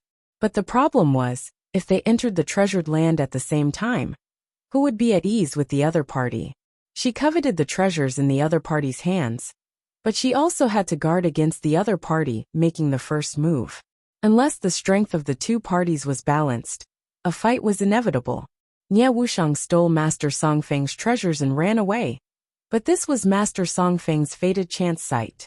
She felt guilty and didn't want to fight with others. Qin Shi shook his head. If there are really late-stage nascent soul cultivators following them, I'm afraid this maze won't trap them for long. Let's move faster. After leaving the stone forest, there was a natural karst cave in front of them. The cave was low and had many hanging stalagmites. It extended in all directions and had countless interconnected cave entrances. They went in here and came out there, just like a natural maze. After passing through several checkpoints, all the mechanisms and restrictions were cracked without exception. The four of them arrived at the entrance of the storehouse without any danger. However, when they looked at the storehouse, Mo Tiange, Qin Shi, and Jing Xingji all doubted their eyes. The storehouse of Ice Palace, a great ancient cultivation group in returning ruins sea, was a huge ice cave. It was magnificent and incomparably gorgeous. At first glance, one could tell it was no small matter. But what about the storehouse in front of them? The low cave didn't have any decorations. It was completely different from the magnificent stone forest just now. It looked like a low-level cultivator's immortal's cave. Even if it was a secret storehouse, wasn't this too simple and crude? You didn't go the wrong way, did you? Jing Xingji looked at Nie Wuxiang suspiciously. Nie Wuxiang snorted through her nose and didn't answer. Mo Tiange looked at the cave in front of her. The cave entrance was narrow and didn't have any decorations. It was so gray that she almost ignored it. But even so, she didn't dare to look down on this storehouse at all. A layer of hazy light covered the cave entrance. Even if they didn't do anything, they could still feel the invisible spiritual aura pressure. A woman in purple fluttered down from the sky of Sandstorm City. She was as cold as frost and as beautiful as a peach. Hong Xiao, who was under the sand tower, went to greet her. Lord. The woman in purple nodded. Her face was cold and expressionless. Schwanger. Seeing her, the gloominess on Tianxuan's face finally faded a little. It was Devil Monarch Night Frost, the Lord of Night Owl City. She was still expressionless, but there was a hint of softness in her eyes. How is it? She asked while looking at Tianxian. Her voice was as cold as snow water, clear and transparent. I found it. Tianxian waved the sheepskin scroll in his hand and handed it to her. But it's a bit troublesome. Devil Monarch Night Frost took it, flipped through it, and threw it back to him. What kind of trouble? There are two other groups of people, Tianxian said. One group is cultivators from the celestial pole, and the other group is nascent soul individual cultivators from Yunzhong. There are two people in each group. How's their strength? Not bad. Tianxian frowned. The cultivators from the celestial pole are a man and a woman, one in the middle stage, and the other in the early stage. I fought with the one in the middle stage, and I wasn't his match. As for the one in the early stage, Hong Xiao couldn't do anything to him. The two individual cultivators from Yunzhong are both in the early stage. One is a devil cultivator, and the other is a sword cultivator. The sword cultivator's strength is extraordinary. He broke my Azura hand. Devil Monarch Knight Frost's gaze was fixed. Your hand. Tianxian raised his arm. It's okay. I was just careless. I told you to be careful when you come to the celestial pole. You've lived 2 lives, so how could you still be so careless? Devil Monarch Knight Frost's voice was cold, but there was no reproach in her tone. If one listened carefully, they would feel a trace of warmth. I know. Tianxian looked at her and said gently. Devil Monarch Knight Frost looked away, as if she wasn't used to such a gaze. Okay, let's get down to business. What's the situation now?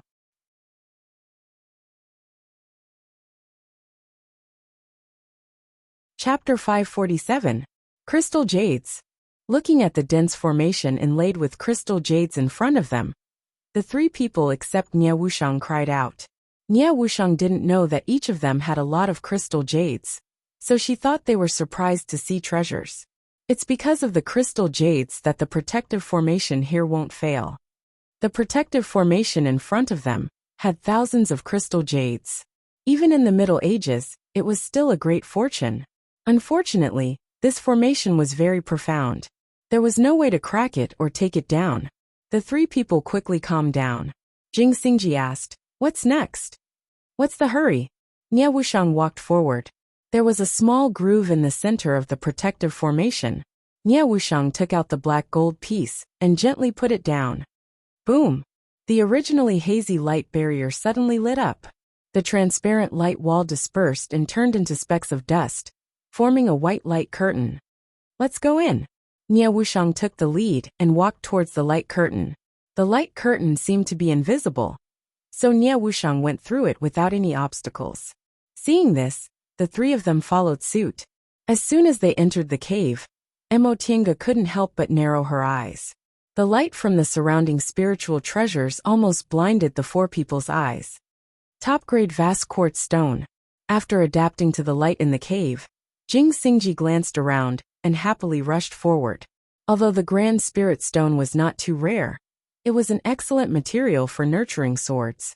It was very popular among sword cultivators, and a small piece was worth thousands of spirit stones. But in this inconspicuous storeroom, the excellent Grand Spirit Stone was just casually piled up in the corner. Nie Wushang's lips curved when she saw his appearance, but she didn't say a word. In the next moment, with a buzzing sound, a white light shone, and Jing Xingji suddenly stopped moving forward. "What's that?" he shouted. Nie Wushang took pleasure in his misfortune. If there weren't any restrictions, my master would have taken everything away long ago. Why would he wait until now? Jing Xingji's face darkened, but he couldn't say anything. Nie Wushang felt very refreshed and said magnanimously, "There's nothing special about this restriction. Just break it by force." Upon seeing Jing Xingji silently attacking the restrictions with a sullen expression, Mo Tiange and Qin, she smiled at each other, then moved to look for the things they wanted. This secret storeroom didn't contain any powerful Dharma treasures. Most of them were materials and elixirs. There were even spirit talismans at the soul formation stage, and above to ensure that the spiritual chi wouldn't be lost. Mo Tiange gave it some thought and understood. The reason for the existence of the secret storehouse was that after the sect suffered a blow that was almost annihilated, they could still preserve a bit of incense and hope to restore the sect. Materials and elixirs were the foundation of cultivating disciples. With enough materials and elixirs, the sect would be able to grow rapidly. Magic treasures, on the other hand, were different. Without sufficient cultivation, one would not be able to unleash the power of magic treasures. Just having magical treasures without cultivation was like a tree without roots, water without a source. It could not last long. The possibility of them finding a powerful magic treasure in this storeroom was very small. However, the materials in this storeroom were all rare top-quality materials. This trip was definitely a huge profit. Unfortunately, there were restrictions around these materials, so he could only take 1 or 2. Before long, Qinshi took a fancy to a piece of Xian Fire Jade Essence. This piece of Xian Fire Jade Essence was 2 feet high. It was fiery red and crystal clear. Although it was half a foot long, he could still clearly see the scene on the other side. Xian Fire Jade Essence was a top-grade material used to refine fire attribute magic treasures. Back then, a piece of Xian Fire Jade Essence produced in Immortal's ruins almost caused many nascent soul cultivators to fight for it. Even Master Songfeng took action, which showed how precious it was. The quality of this piece of Xian Fire Jade Essence was similar to the one produced in Immortal's ruins, but its size was several times bigger. Qin Shi summoned the 3 young real fire sword and said to Emo Tiange, "You look for it first. If you see something you like, call me." Emo Tiange nodded and walked away alone. Although there were many materials in this storeroom, there was nothing she particularly wanted. She had decided not to refine other offensive magic treasures. She had the Fan of Heaven and Earth, and the Fuxing sword in her hands, as well as the Great Heavenly Thunder technique. Although auxiliary magic treasures were damaged by the heavenly tribulation, they could be repaired, so there was no need to refine them. As for medicinal pills, that was what she lacked the least. A moment later, she stopped in front of an item. It was a crystal the size of a fist. It was transparent and looked like a crystal. At first glance, it was a solid object, but when she stared at it carefully, she saw that it seemed to have water ripples. After staring at it for a while, she saw a dense mist. The strangest thing was that this thing actually didn't have spiritual aura. Could it be an ordinary object? Emo Tiange muttered. She looked left and right and shook her head. This thing couldn't be an ordinary object. The restrictions around it were even more advanced than those of those precious materials. So how could it be an ordinary object? After looking at it for a while, Qin Shi didn't find anything she particularly wanted. He took out the Xian Fire Jade Essence and came over. "How is it?" Emo Tiange pointed at the crystal and said, "Can you recognize this thing?" Qin Shi looked at it for a while, but he still couldn't figure it out. "What's this? Why is it so strange? It doesn't look like a material from the cultivation world at all." Emo Tiange thought for a while then said, "Let's take this thing away. Even we can't recognize it, so it must be extremely precious." Qin Shi had no objection. He once again summoned the 3 young real fire sword and attacked the restrictions. The 2 of them worked together. They originally thought they would be able to break the restrictions very quickly, but unexpectedly, the strength of the restrictions was beyond their imagination. After struggling for a whole hour, they only managed to make a crack. When they got the crystal, Nie Wushang suddenly said vigilantly, "Someone's coming." Upon hearing this, Emo Tiange, Qin Shi, and Jing Xingji stopped at the same time and turned around. Nie Wushang explained, "I hid devil aura on the road, and I sensed someone passing by. It's them." Jing Xingji took back his flying sword. "Can your devil aura sense their cultivation levels?" Nie Wushang shook her head. "No, but I can sense that there are 3 of them." The 4 people looked at each other. In the end, Qin Shi said, "It seems your guess is correct. Then what should we do now?" Nie Wushang looked at them. "To be honest, I haven't advanced to the nascent soul realm for long, so I don't have the slightest confidence in facing a late-stage nascent soul cultivator." Emo Tiange pondered for a while then asked, "Then should we hide?" Jing Xingji nodded then looked at Nie Wushang. "We're here to look for treasures. There's no need to clash with them." Qin Shi also nodded. Although there were many treasures here, it wasn't to the point of risking their lives. It would be fine if those 3 people were willing to coexist peacefully, but they might think that a late-stage nascent soul cultivator could kill all of them. Seeing that the 3 of them agreed, Nie Wushang didn't hesitate.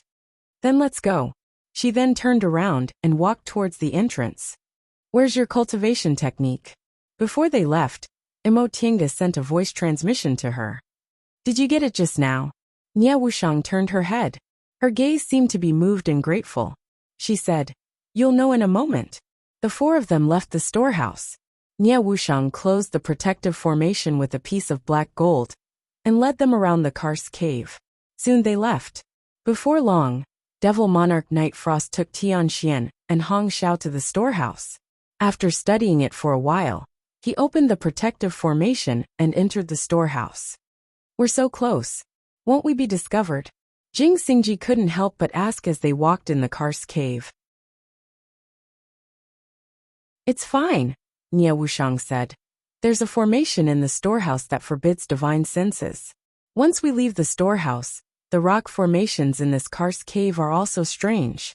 Even late-stage nascent soul cultivators won't be able to discover us, unless they're very close. The four of them walked deeper and deeper into the karst cave. Gradually, the air seemed to be filled with a murderous aura. Where are we? Qinshi asked. Nie Wuxiang paused for a moment then answered. I'm going to look for a cultivation technique. You guys can stay here if you want. Generally speaking, things like cultivation techniques were one of cultivators' secrets, and they definitely wouldn't be told to others. Upon hearing that Nie Wuxiang was going to look for a cultivation technique, Qinshi hesitated for a moment.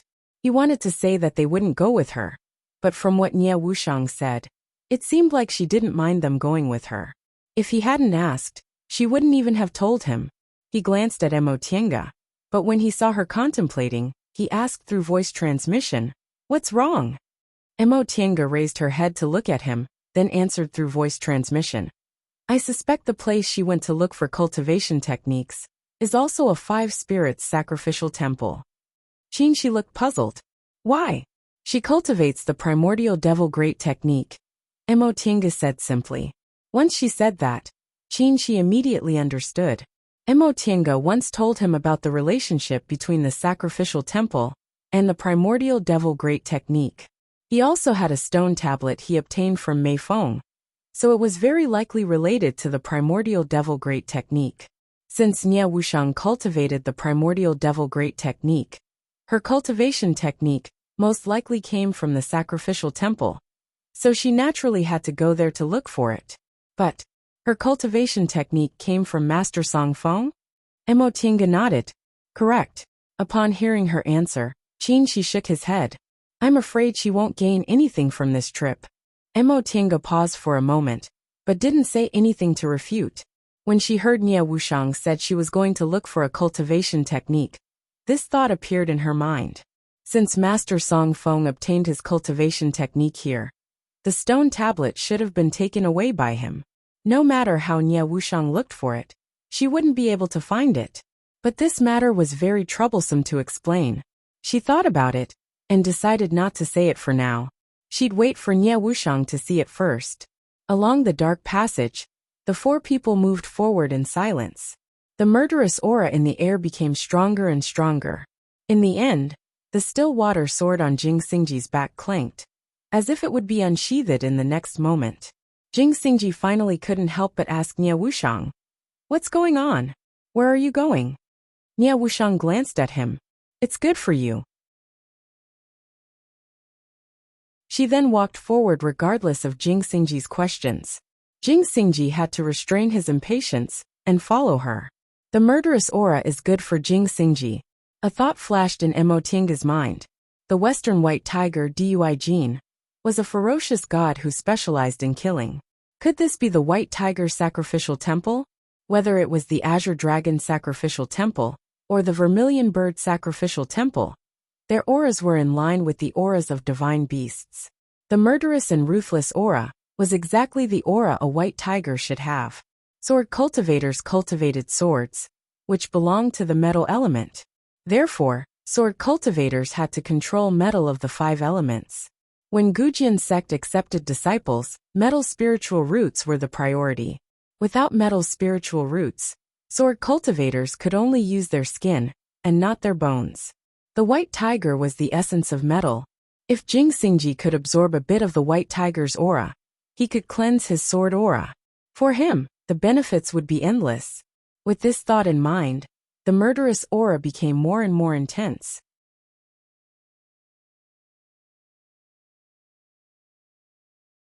Chapter 548.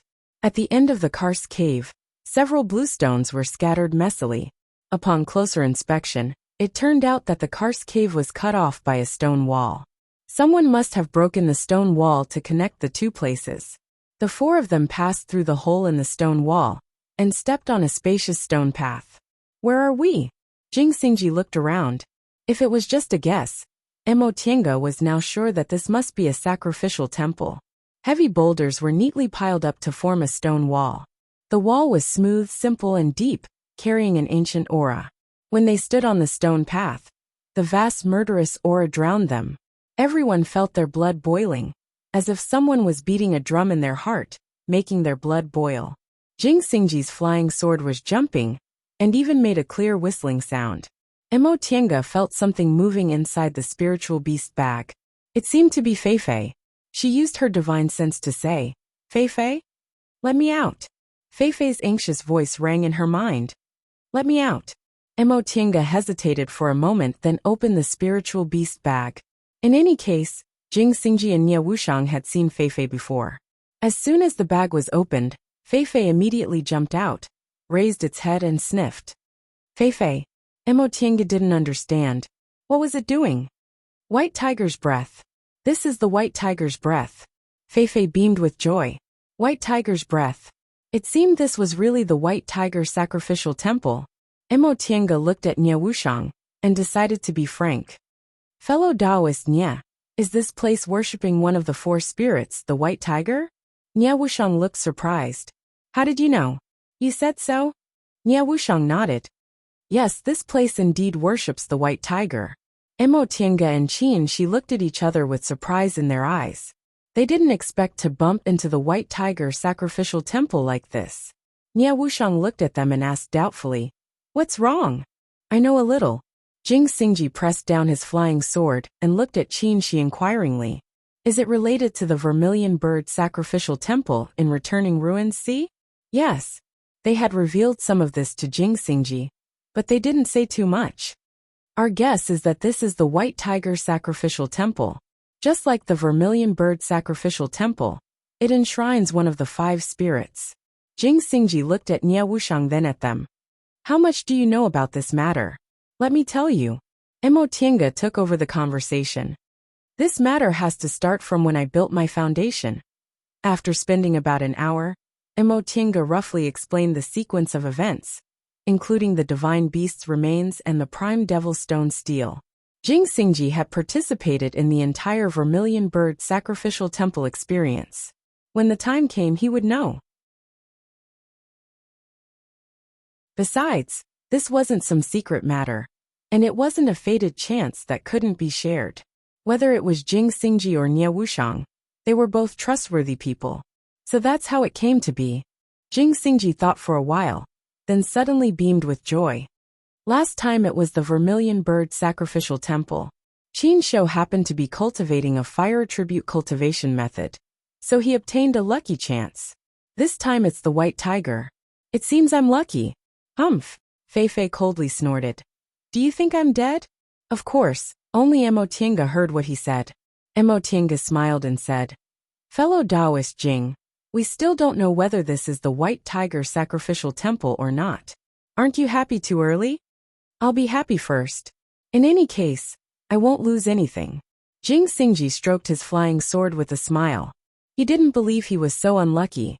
The vermilion bird sacrificial temple was fine, but he couldn't compete with Qin Shou. Now it was the white tiger. Among the four people present, he was the only one related to the metal element. Now no one could compete with him, right? Feifei once again gave him a contemptuous look. Its action was too obvious, so Jing Xingji noticed it. He pointed at it and said, "Mo Qingwei, why did you release the spiritual beast?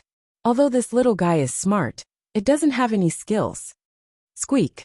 Feifei glared at him angrily, its hair standing on end. Mo Tiange patted Feifei's head comfortingly and said, "We'd better leave quickly.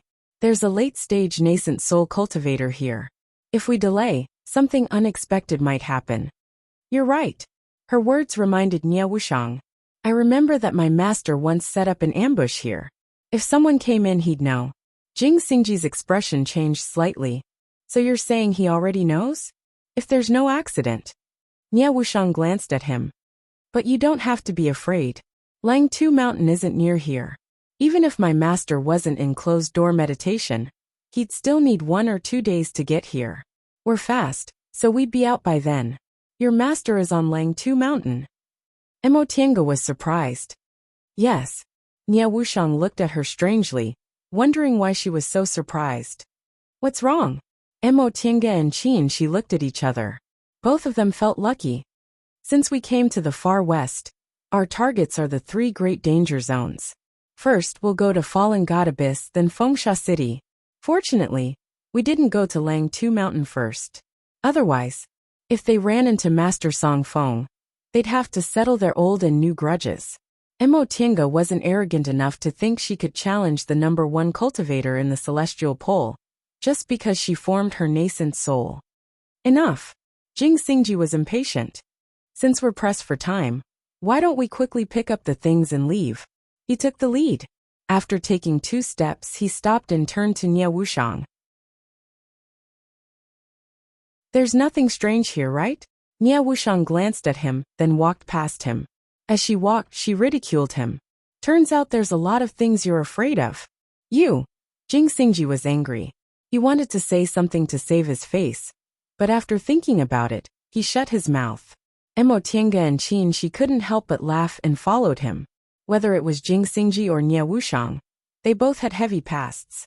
One used to be a proud son of heaven, but he fell from a high place and endured more than 100 years of being ostracized. In the end, he was forced to betray his master. The other was lonely and suffered all kinds of abuse since he was a child. He couldn't even be a real person. Now that they could joke around unscrupulously like this, they must have gotten rid of their psychological shadow. As the 4 people and 1 beast walked forward, the murderous aura around them became stronger and stronger. In the end, Jing Xingji had to hold down his flying sword to control the murderous aura. Qin Shi was a bit better, but his 3-yang real fire sword was also affected. Mo Tiange felt strange. Why is the white tiger's aura so strong? Whether it's the azure dragon or the vermilion bird, they wouldn't be like this.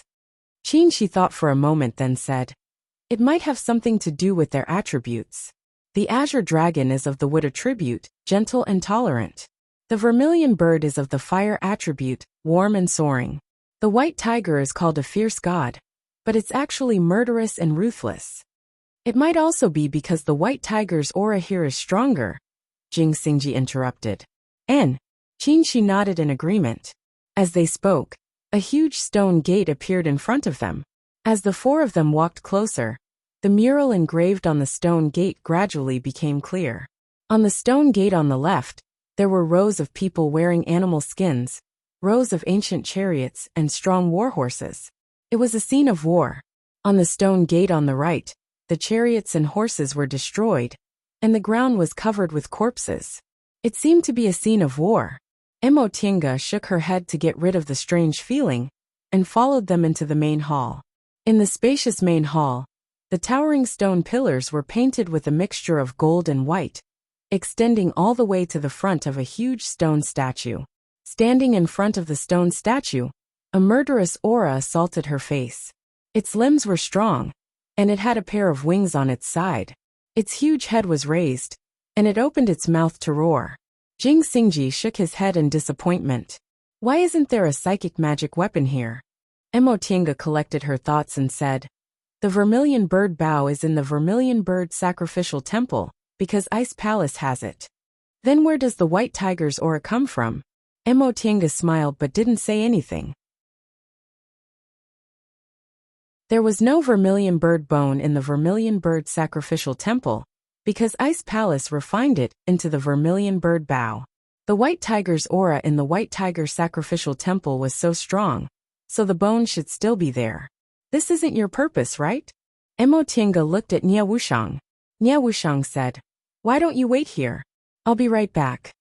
Cultivation techniques were cultivators' secrets, so Mo Tiange didn't say much. Go then. After Nie Wushang left, the 3 people and 1 beast looked at each other. In the end, Jing Xingji asked, where are we going next? Mo Tiange shrugged. How would I know? Jing Xingji glared at her. How could you not know?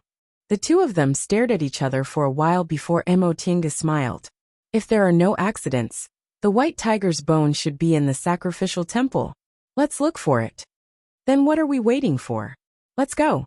Jing Xingji raised his flying sword and was about to leave. Wait.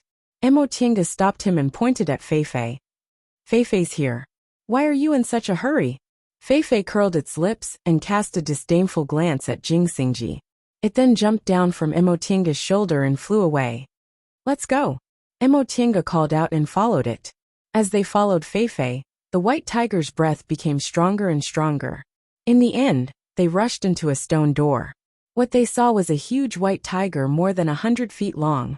It was lying quietly on the ground as if it was resting, but it was completely lifeless.